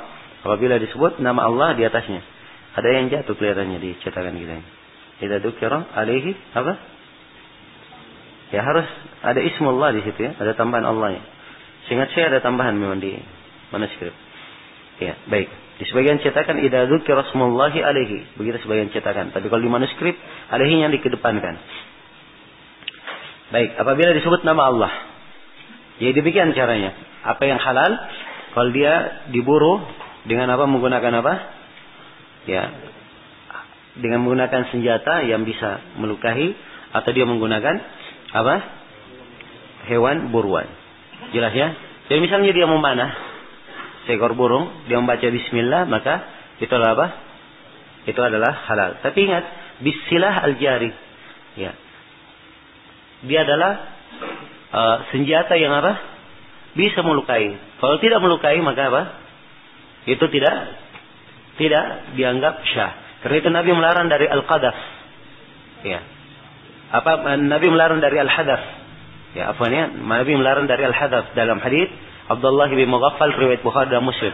Hadaf itu apa namanya? Dihantam pakai lemparan atau dia pakai ketapel saja. Ya. Ini dilarang menggunakannya. Sebab dia tidak membunuh ya hewan tersebut dan tidak apa? Tidak pula melukainya. Jelas? Tidak melukainya. Sama dengan musuh juga pakai hadaf juga enggak ini. Sebab dia tidak membahayakan musuh dan tidak juga apa? Melukainya. Maka dilarang dari al-hadaf. Jelas ya? Maka dia pakai silah al-jarih. Ya, dan di bahasa ini ada perkembangan dia pakai apa namanya misalnya senapan burung. Ya, maka ini tentunya lebih dari apa? Hah? Lebih daripada itu. Ya, lebih daripada di dalam melukainya. Maka ini sama. Dia juga boleh untuk dipakai. Dia halal kalau menggunakan itu. Demikian pula al-jawarih. Jadi hewan yang terlatih. Idza dzukira ismullahi, apabila disebut nama Allah. Idza dzukira alaihi ismullah.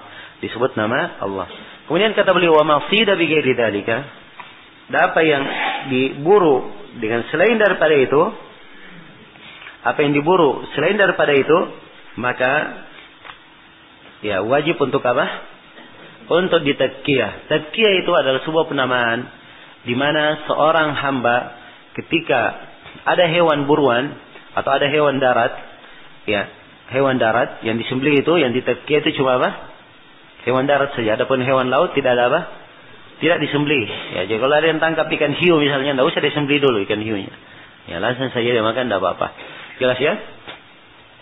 Jadi tazkiyah itu adalah penyembelihan, dan penyembelihan itu adalah sebuah penamaan ya yang mengibaratkan perbuatan yang dengannya lah hewan tersebut bisa halal untuk dimakan. Bisa halal untuk apa? Dimakan. Maka ini babnya datang di bab berikutnya, bab tentang penyembelihan. Ya, di situ diterangkan. Karena itu berurut ya, makanan, kemudian apa? Ya, buruan, kemudian apa? Penyembelihan. Sebab ini semuanya terkait pembahasannya. Ya, baik. Jadi selain daripada itu harus ditazkiyah. Jadi kalau misalnya dia tembak burungnya, ya burungnya jatuh masih apa? Menggelepar, ya masih goyang, ya. Maka mungkin masih jalan sana sini, linung, ya, jelas. Maka hewan seperti ini kalau dia masih dapat, tidak halal hewan ini sebelum dia apa? Dia sembelih. Sebab dia masih dapati dalam keadaan apa? Keadaan hidup. Ya, kecuali kalau dia dapati dalam keadaan sudah mati, maka apa?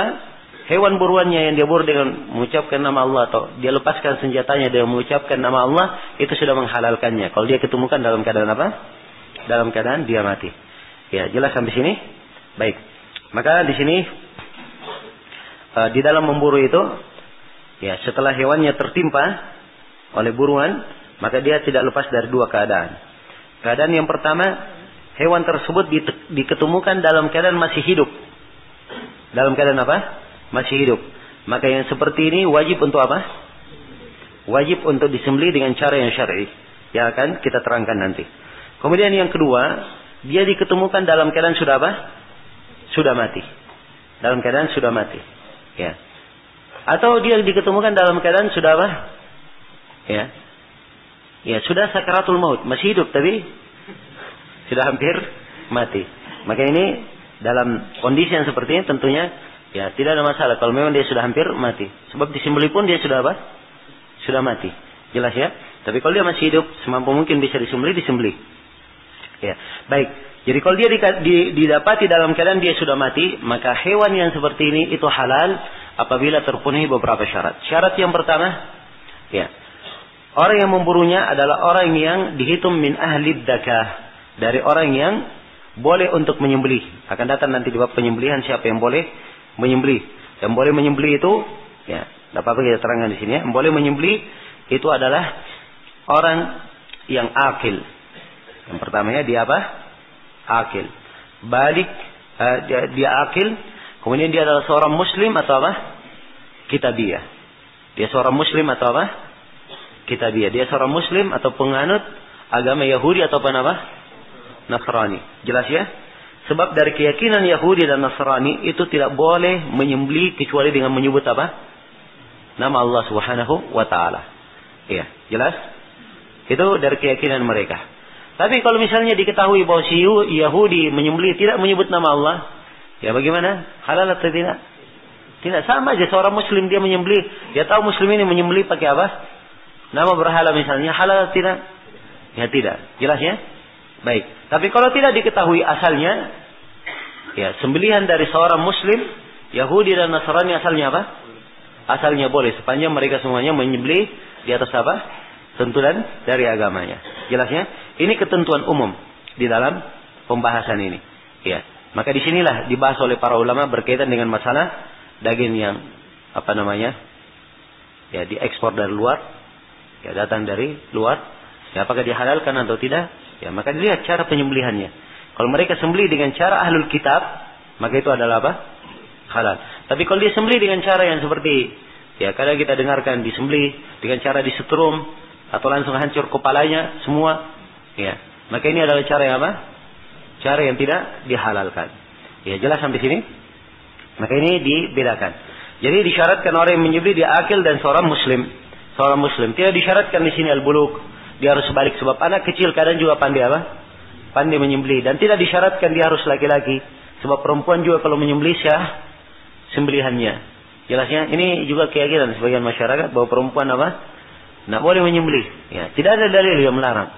Ya, boleh saja perempuan yang ingin menyembelih silakan. Ya, yang penting dia ikuti ketentuannya membaca apa? Membaca basmalah. Kemudian berikutnya syarat yang kedua, hewan itu menjadi halal kalau dia menggunakan alat di dalam memburunya. Ya, dan alat ini ya dua macam. Yang pertama adalah alat yang dibahasakan di sini oleh Syaukani bisilah al-jarih, dengan senjata yang melukai, senjata tajam. Senjata apa? Tajam. Sebab di dalam penyembelihan itu disyaratkan penyembelihan itu dia menggunakan senjata tajam yang bisa mengalirkan apa? Mengalirkan darah. Dan akan kita terangkan nanti ya bagaimana ketentuannya apa saja yang dipotong ketika disembelih. Ya. Tapi di senjata ini tidak boleh dia menggunakan apa? Menggunakan gigi dan tidak boleh dia menggunakan kuku. Ya, jelas? Sebab ini dua hal yang dilarang ya di dalam menyembelih. Dua hal yang dilarang di dalam apa? Di dalam menyembelih. Ya, baik. Tidak ada hadits yang melarang tentang hal tersebut. Ya, menggunakan dua hal ini. Nah, selain daripada itu dia menggunakan pisau misalnya, dia menggunakan panah misalnya, atau dia menggunakan peluru misalnya, kalau dia menggunakan senjata, maka ini adalah hal yang diperbolehkan. Ya, kemudian kalau dia memburu tidak menggunakan ya senjata yang melukai, maka ini tidak halal untuk dimakan. Ya, seperti misalnya dia buru pakai tongkat. Ya, jelas ya, hewannya dari jauh dia lempar pakai tongkat. Ya, kena kepalanya langsung mati. Ya, maka ini halal atau tidak? Dia baca bismillah melemparnya. Ya, maka ini tidak halal sebab dia tidak apa? Tidak melukai. Ya, jadi syaratkan dia adalah benda tajam. Harus benda apa? Benda tajam. Ya, demikian pula kalau misalnya dia jaring. Ya, hewannya dikasih perangkap di jaring, ya, kena jaring dia. Ya, pas kena jaring di atas, naik jaringnya ke atas, tidak kuat jaringnya, jatuh hewannya, mati. Ya, halal atau tidak? Jawabannya ini tidak halal. Sebab dia tidak apa? Tidak melukai. Ya, jelas ya? Baik, kemudian yang ketiga, syarat yang keberapa? Berikutnya yang kedua ya, menggunakan alat. Alat itu dua macam, kadang dengan benda tajam dan kadang dengan apa? Hewan pemburu yang sudah terlatih. Ya, hewan pemburu ini dia bisa melukai, karena itu dikatakan al-jawarih. Sebab dia apa? Bisa melukai. Ya, apakah anjing, ya, atau apa? Burung, ya, atau yang semisalnya yang bisa dipakai untuk apa? Untuk memburu. Nah, maka apa yang dilatih darinya ini diperbolehkan, sebab disebutkan dalam Al-Quran, wa ma'allamtum minal jawarih. Apa yang kalian latih dari al-jawarih. Jadi disebutkan dilatih. Ya, dan dilatih ini ya diberikan etika. Ya, bagaimana ya diberikan diajar anjing ini bagaimana dia memburu ketika dilepaskan, bagaimana dia menangkapnya. Ya, jelas ya? Maka ini semuanya adalah hal yang hendaknya diperhatikan. Dan tentang masalah melepaskan anjing ini dan bagaimana ketentuannya nanti akan ada pembahasan dari Imam Asy-Syaukani. Baik, kemudian syarat yang ketiga ya, dia memasang alat tersebut atau mengirim alat itu, ya, apakah dia melempar pakai tombak atau dia kirim buruannya, itu dia kirim dengan memaksudkan untuk apa? Mendapatkan buruan, dia maksudkan. Sebab dalam hadis dikatakan idza arsalta kalbakal muallam. Kalau kamu mengirim apa? Anjing terlatihmu, bukan anjingnya lepas sendiri. Ya, tapi apa? Dia kirim harus ada maksud. Ya, dari apa? Orang yang mengirimnya. Wa dzakarta ismallahi alaihi faqul, dan kau sebut nama Allah di atasnya tidak apa-apa. Jelas ya? Baik. Maka nampak dari sini bahwa itu harus ada maksud. Harus ada apa? Harus ada maksud. Misalnya ada orang yang pegang pisau. Ya. Nah, jelas ya? Dia tidak ada maksud, tiba-tiba pisaunya jatuh kena hewan buruannya langsung mati. Ya, hewan buruan ini tersembelih mati. Ya, kira-kira di sini halal atau tidak? Jawabannya tidak, sebab dia tidak apa? Tidak memaksudkan. Ya, tidak memaksudkan. Demikian pula kalau dia kirim, ya, hewan buruannya misalnya, andai kata dia lepas sendiri. Ya. Lepas sendiri hewannya. Maka ini tidak halal kalau dia lepas sendiri. Ya, atau hewannya misalnya duduk, ya. Ya, kemudian pemiliknya sedang istirahat, tiba-tiba dia cari di mana hewan saya, di mana anjing saya ini. Ya, hilang. Dan dalam kemudian anjingnya datang membawa apa? Ya, buruan. Ini halal dimakan? Jawabannya tidak, sebab kemungkinan ya si anjing ini dia memburu untuk dirinya sendiri. Untuk dirinya sendiri. Ya, jelas ya? Karena itu tidak boleh untuk dimakan. Ya, karena dan dia disyaratkan maksud. Ya, itulah sebabnya dia dikatakan muallim, sebab dia terlatih. Ya. Kapan dia diperintah, dia langsung menangkap. Walaupun dia lapar, dia tidak akan makan. Apa? Buruannya tersebut. Kalau memang apa? Dia adalah terlatih. Misalnya jauh sekali dia buru, sudah jauh. Kembali dia pulang, sudah lapar. Tetap aja dia bawa hewan buruan itu. Dia tidak makan. Ini kalau terlatih. Beda kalau dia memburu diri untuk dirinya sendiri. Ya. Tiba-tiba dia hilang. Nah, ini artinya dia pergi cari makanan sendiri. Jelas ya? Baik, maka disyaratkan dia dimaksudkan. Andai kata misalnya ada orang yang menembak burung, ya, burungnya banyak di situ, tapi ada yang dia keker satu, ya, begitu dia tembak, ya, bukannya satu itu yang kena, tapi ada 5 burung yang lain yang kena, ya. Kira-kira bagaimana memakannya? Burung yang lain ini, boleh atau tidak? Ya, jawabannya ini boleh, ya, sebab, ya memang, ya, dia sudah memaksudkan apa? Ya, memburu, ya. Maka apapun yang dia kena tidak ada masalah, insyaallah taala. Kemudian disyaratkan syarat yang keempat, ya, dia harus membaca tasmiyah. Membaca apa? Membaca bismillah. Membaca bismillah di dalam memburunya. Jadi ini 4 syarat. Kalau diketemukan hewan buruan itu dalam keadaan apa? Dalam keadaan dia sudah mati atau sudah hampir mati, maka disyaratkan padanya berapa syarat untuk menjadi halal? Disyaratkan padanya 4 syarat sehingga dia bisa menjadi halal. Syarat yang pertama tadi apa? Orang yang memburunya adalah orang yang syah sembelihannya. Kemudian syarat yang kedua, ada alat buruan, yaitu apakah dengan besi tajam atau dengan apa? Hewan buruan. Kemudian syarat yang ketiga, ada maksud. Ya, ada maksud. Kemudian syarat yang keempat, ya, membaca basmalah ketika apa? Melepaskannya. Kemudian kata Syaukani rahimahullahu taala, Kata beliau, wa idza syaraka al-kalb al-mu'allama kalbun akhar lam yahilla sayduhu. Lam yahilla sayduhuma. Apabila misalnya ada anjing yang terlatih, ya, dia diikuti atau bersamaan dengannya ada anjing yang lain, maka apa yang ditangkap oleh keduanya itu tidak halal untuk apa? Tidak halal untuk dimakan. Apa yang ditangkap oleh keduanya itu tidak halal untuk dimakan. Nah, sebab datang di dalam hadits riwayat dalam hadits Adi radhiyallahu taala anhu, ya.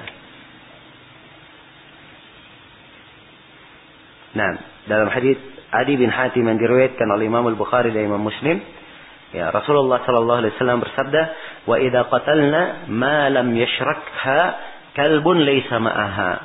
Ya, disebutkan apabila dia membunuh sepanjang tidak ada anjing lain yang bukan bersamanya.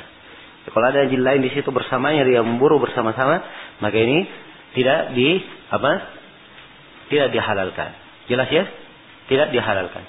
Tapi kalau misalnya berlomba banyak anjing memburu, ya, kemudian dia dilihat hanya dia yang kena menangkap hewan itu dan hanya dia sendiri yang memburunya, maka ini tidak ada masalah. Tapi kalau dia lepas ada anjing lain misalnya, ya, ini tidak diketahui yang mana yang membunuhnya. Apakah si anjing terlatih ini atau anjing yang tidak terlatih? Ya, baik. Kemudian kata beliau, wa idza akala al-kalbul mu'allam wa nahwuhu min as-sayd lam yahilla fa inna ma amsaka ala nafsihi. Kalau anjing terlatih ini atau yang semisalnya dia makan dari sayd itu, dia makan dari buruan itu, maka tidak halal. Ya, misalnya si anjing terlatih dia memburu, dilepas oleh tuannya memburu. Ternyata kembali, ya, buruannya sisa sepotong. Ya, misalnya. Maka ini tidak halal karena dia memburu hanya untuk siapa? Untuk dirinya sendiri. Untuk dirinya sendiri. Dan ini mungkin saja ya, anjing walaupun terlatih bagaimana dia ikut tuannya, tapi kalau tuannya dia sudah memburu 5 kali tapi dia belum diberi makan, ya mungkin saja anjingnya bisa apa? Bisa makan sendiri, kan begitu? Iya, baik. Kemudian kata beliau, wa idza wujida as-saydu ba'da wuqu'ir ramiyya fihi maitan atau mayyitan walau ba'da ayyam fi ghairi ma'in kana halalan ma lam yuntin aw yu'lam anna alladhi qatalahu ghairu sahmihi. Ya, apabila diketemukan ada seekor sayd buruan, ya, setelah dilemparnya dia diketemukan mati setelah beberapa hari, walaupun setelah beberapa hari, dan matinya bukan di air, maka hewan yang seperti ini adalah halal. Ya, sepanjang dia belum membusuk dan sepanjang tidak diketahui bahwa yang membunuhnya adalah selain dari panahnya. Ya, jadi misalnya dia bidik, ada rusa dia bidik misalnya dengan panah. Ya, jelas ya? Kena rusanya. Lari rusa ini. Ya, lari. Cari-cari enggak ketemu. Cari-cari enggak ketemu. Jelas ya? Maka setelah itu, ya, selama beberapa hari ketemu rusanya, sudah mati. Ya. Rusa ini matinya di darat, bukan di air. Dan diketemukan di situ anak panahnya, dia tahu itu milik dia. Jelas ya? Maka ini hukumnya apa? Hukumnya halal, boleh dimakan. Tapi kalau dia jatuh di air, boleh dimakan atau tidak? Ya, tidak boleh. Sebab mungkin yang membunuhnya anak panah dan mungkin yang membunuhnya adalah apa? Karena dia mati di air. Jelas ya? Ya, baik. Dan kalau misalnya diketemukan rusanya dalam keadaan mati di darat, ternyata ada 2 anak panah di situ. Ya, satu anak panah yang lainnya tidak dikenal milik siapa, maka dia tidak boleh apa? Tidak boleh, ya, mengambilnya. Jelas ya? Demikian pula misalnya kalau dia ketemukan, ya, ternyata hewannya sudah apa? Sudah busuk. Ya, maka ini lain lagi, ya, pembahasannya. Sebab tidak diperbolehkan seorang memakan sesuatu yang apa? Ya, mustaqbah. Sesuatu yang mustaqbah. Nah, tentang masalah ini ada dalil yang menunjukkan tentang hal ini, bahwa dia harus, ya, dia pastikan anak panahnya yang menempel di situ dan dipastikan tidak jatuh di dalam air. Ada beberapa hadits yang menunjukkannya, di antaranya adalah hadits Abu Sa'labah Al-Khushani. Nah, idza ramaita bisahmika faghaba 3 ayyam wa adraktahu faqul ma lam yuntin. Kata Nabi, apabila kamu sudah melempar panahmu lalu hilang, ya, buruan tersebut 3 hari, kemudian kamu ketemukan, makan saja hewan buruan itu sepanjang apa? Sepanjang dia belum bau. Ya, belum menjadi busuk. Kemudian di dalam hadits Adi bin Hatim riwayat Bukhari dan Muslim, beliau berkata, "Sa'altu Rasulullah sallallahu alaihi wasallam anis-sayd." Ya, qala, "Idza ramaita bi sahmika fadhkur ismallahi, fa in wajadtahu qad qutil fakul, wa illa an tajidahu waqa'a fi ma'in fa innaka la tadri al-ma'u qatalahu aw sahmuka." Ya, jelas ya? Apabila kamu melempar anak panahmu, kamu sudah sebut nama Allah, kamu ketemukan hewan itu sudah terbunuh, maka makanlah hewan itu. Ya, makanlah hewan tersebut. Illa an tajidahu waqa'a fi ma', kecuali kalau kamu temukan hewan itu jatuh di air. Ya. Fa innaka la tadri al-ma' qatalahu aw sahmuka, sebab kamu tidak tahu yang membunuhnya air atau yang membunuhnya adalah apa? Anak panahmu. Jelas ya? Tidak ada dalil-dalil yang lain yang menunjukkan tentang hal ini. Dan sekiranya ini insyaallah taala cukup menjelaskan apa yang diuraikan oleh Syaukani rahimahullah di dalam bab as-sayd. Kemudian berikutnya kata beliau babud dabh. Bab tentang menyembelih. Iya. Baik. Dalam menyembelih ini ada 7 pembahasan, kita garis bawahi. Yang pertama, syarat syah penyembelihan. Asy-Syaukani berkata, "Ma anharad dama wa faral audaja wa dzukira ismullahi alaihi walau bihajarin aw nahwihi ma lam yakun sinnan aw dhufra." Ya. Quran sembelihan yang disembelih itu ya adalah ma anharad dam. Apa yang mengalirkan apa? Darah. Jadi darahnya sudah mengalir. Wa faral audaj, dan sudah apa?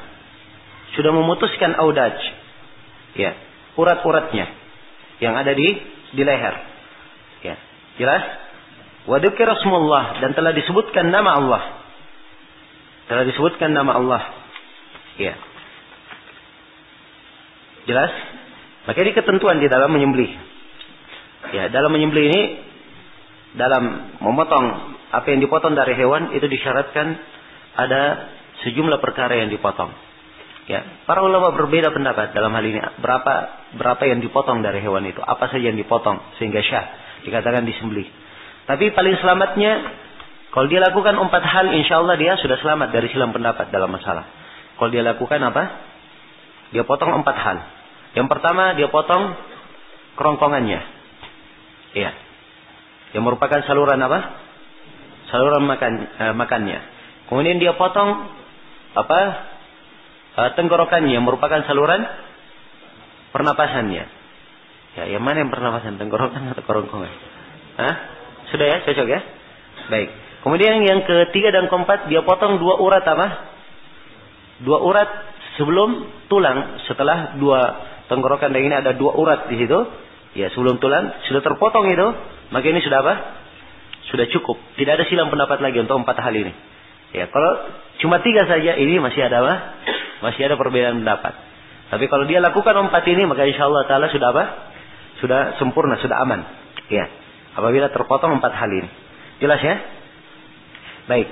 Jadi ini yang dimaksud dengan menyembelihnya. Ini yang dimaksud dengan menyembelih, terpotong 4 hal tersebut. Ya. Baik. Kemudian kata beliau, wa dzukira rasmullah, dan disebut nama Allah. Ini syarat yang kedua, disebut apa? Nama Allah. Ya. Kemudian walau bihajarin, kemudian diterangkan bagaimana benda yang dipakai memotong ini. Benda yang dipakai memotong ini walaupun dari batu au nahwihi, atau yang semisal dengannya. Ya, jadi boleh batu, pakai batu. Batu ada yang tajam ya. Ada yang sangat tajam. Ya, bisa dipakai memotong. Atau yang semisal dengannya. Ya, kalau dia pakai pisau tentunya lebih bagus lagi. Ya, jelas ya? Ya, au nahwihi, ma lam yakun sinnan au dhufra. Sepanjang itu bukan apa? Bukan sinnan, ya, bukan gigi dan bukan dhufur dan bukan kuku. Sebab gigi itu disebut sebagai azam, sama dengan tulang, dan tulang itu tidak boleh apa? Tidak boleh dimakan, tidak boleh dipakai untuk hal yang seperti ini. Dan dhufur dikatakan bahwa dia adalah pisau-pisaunya orang Habasyah dan tidak boleh menyerupai apa? Orang-orang kafir. Jelasnya? Tidak boleh menyerupai orang kafir. Larangan untuk menggunakan 2 hal ini ada di dalam hadits Rafi' bin Khadij riwayat Bukhari dan Muslim. Ya. Jelas ya? Maka nampak dari sini Asy-Syaukani menyebutkan pensyaratan. Jadi kalau saya ingin detailkan, ya, supaya lebih lengkap pembahasan, maka disyaratkan, ya, disyaratkan pada, ya, disyaratkan pada hewan yang disembelih 4 syarat. Syarat yang pertama, ya, orang yang menyembelihnya adalah orang yang syah sembelihannya. Boleh dia menyembelih. Ini telah kita tentukan ya, siapa yang boleh apa? Menyembelih. Pertama dia adalah seorang yang apa? Akil. Kemudian dia adalah seorang, ya, muslim atau apa? Atau ahli kitab. Ya, baik. Maka tidak syah sembelihan dari orang gila, orang mabuk, dan anak kecil yang belum mumayyiz. Ya, jadi kalau anak kecil belum mumayyiz, anaknya baru ya 2 tahun, dia bawa pisau misalnya, ya, dia ketemu ayam, dia sabet ayamnya langsung mati misalnya, ya, kena lehernya mati, makanya tidak syah. Sebab mereka belum apa? Belum tahu apa yang dia lakukan. Ya, belum sadar apa yang dia lakukan. Kemudian syarat yang kedua, dia menggunakan alat dalam menyembelihnya sehingga bisa mengalirkan darah. Bisa apa? Mengalirkan darah, dan disebut ma'an haraddam. Jadi harus dialirkan darahnya. Kata Nabi, ma'an haraddam fakul. Apa yang mengalirkan darah silahkan makan. Falaysa sin wa dhufur, tapi bukan dengan menggunakan apa? Gigi dan dhufur, kuku. Ya, kemudian yang ketiga, syarat yang ketiga dengan memotong 4 yang kita sebutkan tadi. Ya, itu syarat yang ketiga. Dan dalam masalah menyebutkan 4-nya atau berapanya itu telah kita sebutkan ya, ada silang pendapat. Tapi paling bagus ya, kalau dia potong semuanya, maka itu insyaallah taala sudah apa? Sudah syah. Ya. Nah. Kemudian syarat yang keberapa? Syarat yang keempat, dia membaca nama Allah ketika apa? Ketika memotongnya. Ya, membaca apa? Membaca nama Allah ketika memotongnya. Dia membaca bismillah. Membaca bismillah. Ya. Dan ketika dipotong, ini hanya dibaca bismillahi saja. Ya, tidak ada bismillahirrahmanirrahim. Hanya apa? Bismillah. Itu dicontohkan di dalam hadis. Bismillah. Boleh ditambah Allah Akbar kalau mau ditambah. Bismillah apa? Allah Akbar. Tidak apa-apa. Sebab menyebutkan Ar-Rahmanir-Rahim di sini tidak pantas. Ya, ini apa? Ya, dipotong. Ya. Dipotong artinya disembelih. Kalau disebutkan Ar-Rahmanir-Rahim dengan nama Allah yang Maha Pengasih lagi Maha Penyayang, kemudian dia sembelih, ya. Ini kan tidak pantas. Apa namanya dia menyebutkannya. Jelas ya? Baik. Itu dari hikmahnya kenapa disebutkan oleh para ulama hanya membaca bismillah. Ya, kemudian memotong ini tadi kita sebutkan 4 urat yang dipotong ya. Jadi kalau dia potong semua sampai lepas lehernya, ini menyelisihi. Ya, menyelisihi ketentuan. Sebab memotong itu ya jangan sampai lepas lehernya. Ini kebiasaan di sebagian kaum muslimin, subhanallah. Ya, ada sebagian dari kaum muslimin dia anggap tidak dipotong kalau tidak tidak dilepas lehernya. Ya. Saya pernah di Yaman awal kali saya datang, saya lihat orang potong sapi sampai lepas lehernya. Ya. Saya bilang ini orang nggak paham memotong ini. Saya bilang begitu. Ya, nggak ngerti apa namanya, nggak ahli dalam memotong. Suatu hari saya pernah potong ayam. Ya. Saya pernah potong ayam. Ya. Tidak lepas lehernya sampai seperti kebiasaan kita di Indonesia. Saya ditertawai oleh anak-anak kecil. Ya, katanya nggak ngerti motong katanya. Ya, tidak mengerti motong. Kenapa? Katanya kepalanya tidak lepas. Ya, sebab kebiasaan mereka potong ayam sampai apa? Lepas kepalanya. Ya, tentang masalah apa namanya memotong ini, apakah harus lepas kepalanya? Ya, kalau dia lepas kepalanya, apakah syah potongannya atau tidak? Ini letak silam pendapat di kalangan para ulama. Yang jelas makruh. Ya, makruh memotong apa? Sampai lepas kepalanya. Jelas? Kalau lepas kepalanya maka dilihat keadaannya. Kalau misalnya lepas kepalanya, setelah itu hewannya masih bergerak, maka ini nampak bahwa hewan ini mati disebabkan karena apa? Karena sembelihan. Tapi kalau begitu dipotong kepalanya langsung mati, tidak ada bergerak lagi, ya maka ini menunjukkan bahwa matinya karena apa? Karena mati kepalanya. Karena apa namanya? Karena lepas kepalanya. Dan ini bisa menjadi bangkai. Bisa menjadi apa? Menjadi bangkai. Jelas ya? Jadi kalau dia potong misalnya sudah terpotong sedikit, dia bergerak-gerak ya sana sini, orangnya berkata ini lama sekali matinya. Dia potong sampai lepas kepalanya. Baru setelah itu dia mati. maka di posisi yang seperti ini tidak masalah. Sebab asalnya dia sudah apa? Ya, bergerak-gerak. Jelas ya? Tapi begitu dari awal dia potong, lepas, maka di sini ya dilihat keadaannya. Ya, kalau dia masih bergerak, maka ini menunjukkan dia matinya karena apa? Karena disembelih. Tapi kalau dia langsung mati, maka ini matinya karena apa?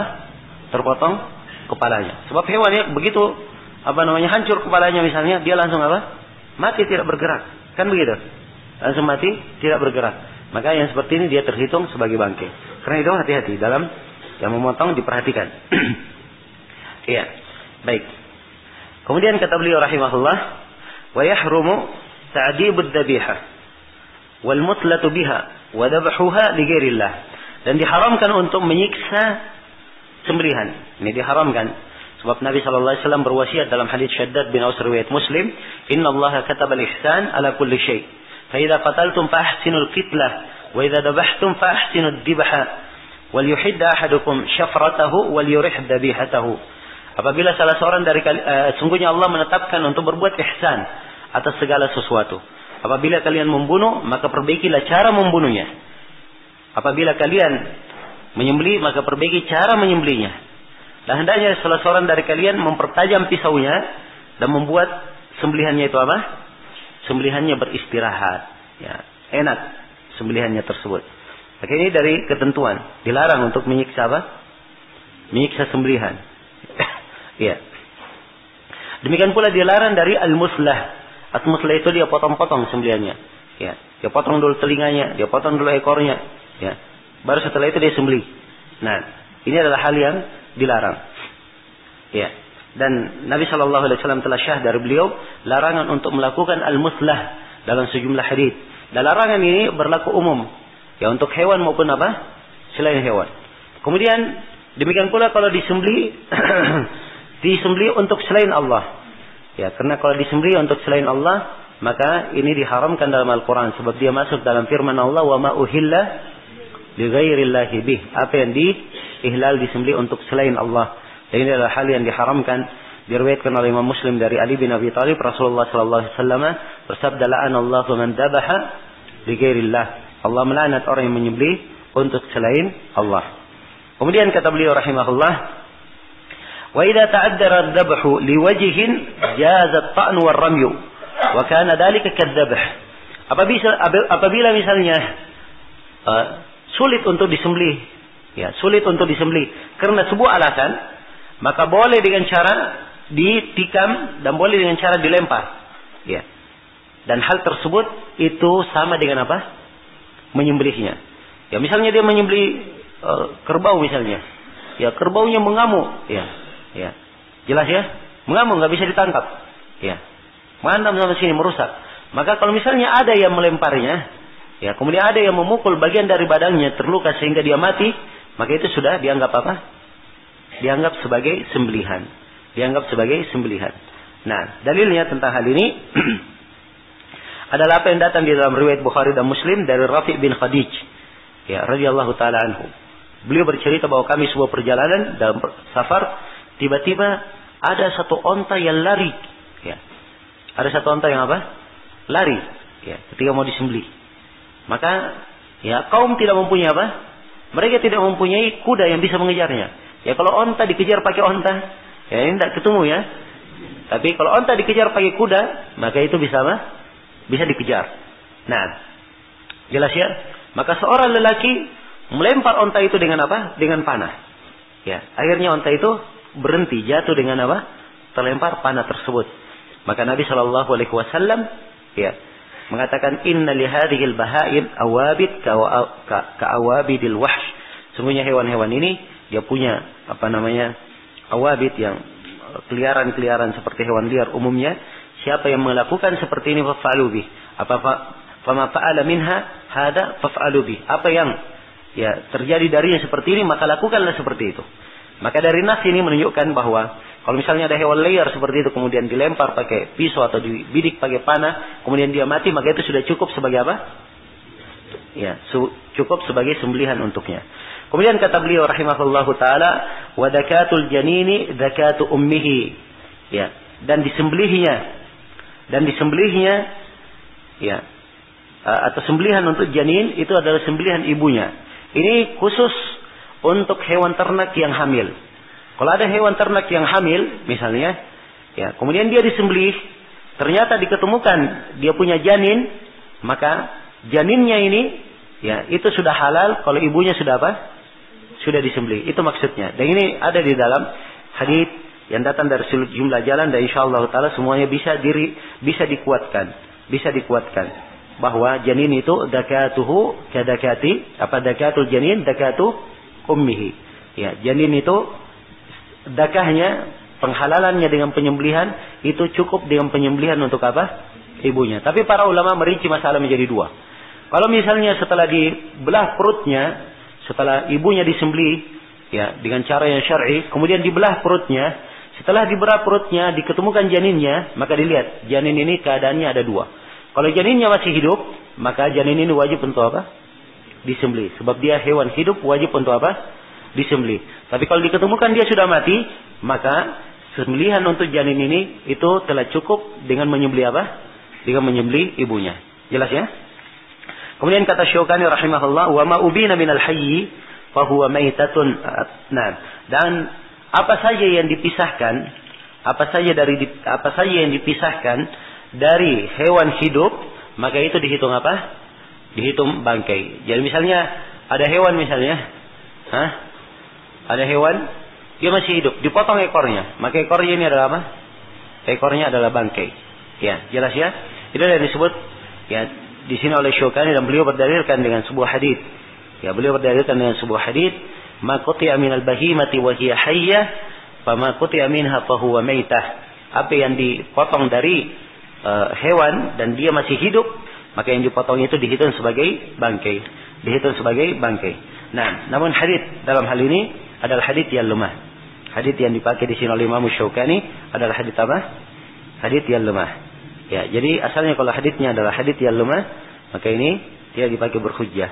Tetapi yang berkaitan dengan masalah apa yang terpisah darinya, dihitung bangkai atau tidak, ini saya kira ada mahal nazar, ya perlu dilihat lagi dan dirinci lagi masalahnya lebih detail.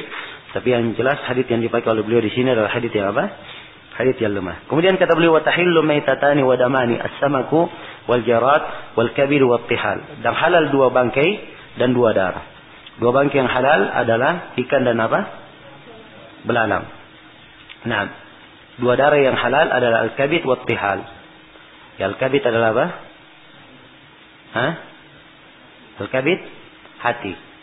At-tihal limpa. Ini adalah dua hal yang dihalalkan. Jelas. Ya, dari darah dan dari apa? Dari bangkai. Ya, dan ini ada hadis dari Ibnu Umar secara marfu'nya lemah. Secara marfu' dia lemah, tetapi dia mempunyai dia sahih dari sisi dia sahih secara mauquf. Hadisnya sahih secara apa? Mauquf. Dan yang mauquf punya hukum marfu'. Nah, karena itu para ulama ya berdalilkan dengan dalil ini sebab dia punya hukum marfu'. Baik. Kemudian kata beliau rahimahullah, dan jarat ini secara khusus itu ada di dalam hadis Abdullah bin Abi Aufa riwayat Bukhari dan Muslim, gazawna ma Rasulillah sallallahu alaihi wasallam sab'a ghazawat la na'kul illa al-jarat. Ya, kata beliau, kami berperang bersama Rasulullah sallallahu alaihi wasallam 7 kali peperangan. Kami tidak makan kecuali apa? Kecuali belalang. Menunjukkan bahwa belalang adalah halal. Ini pendapat kebanyakan ulama. Adapun orang-orang Malikiyah, sebagian orang Malikiyah disyaratkan belalang itu disembelih juga. Ya, harus disembelih. Ya. Baik, dari itu pendapat yang lemah. Yang benarnya, ya, bangkainya adalah halal. Baik. Kemudian kata beliau, wa tahillul maitatu lil muttar. Dan halal bangkai itu bagi siapa? Orang yang terdesak. Ya. Nah, inilah yang disebut dalam sejumlah ayat, illa matturritum ilaih, kecuali apa yang kalian itu terdesak padanya. Nah, ya. Faman itturra ghairu bagin wala adin, siapa yang terdesak, ya. Siapa yang terdesak, disebutkan kalimat terdesak. Jadi kalau dia terdesak darurat, dalam keadaan darurat, dia namanya darurat. Ad-darurat tubihu apa? Al-mahdurat. Ya, darurat itu membolehkan hal yang terlarang. Ya. Nah, jelas ya? Baik, selesai sudah pembahasan tentang masalah penyembelihan. Kemudian kata Syaukani rahimahullahu taala,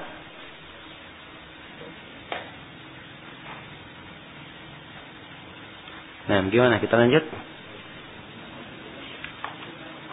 Sudah jam 8 ya. Baik. Untuk sebentar kita cukupkan dulu sampai sini. Tapi mungkin kita akan mulai lebih pagi ya. Biasanya kita mulai jam 10, mungkin kita mulai setengah 10 atau kalau bisa jam 9 nanti insyaallah kita mulai. Ya.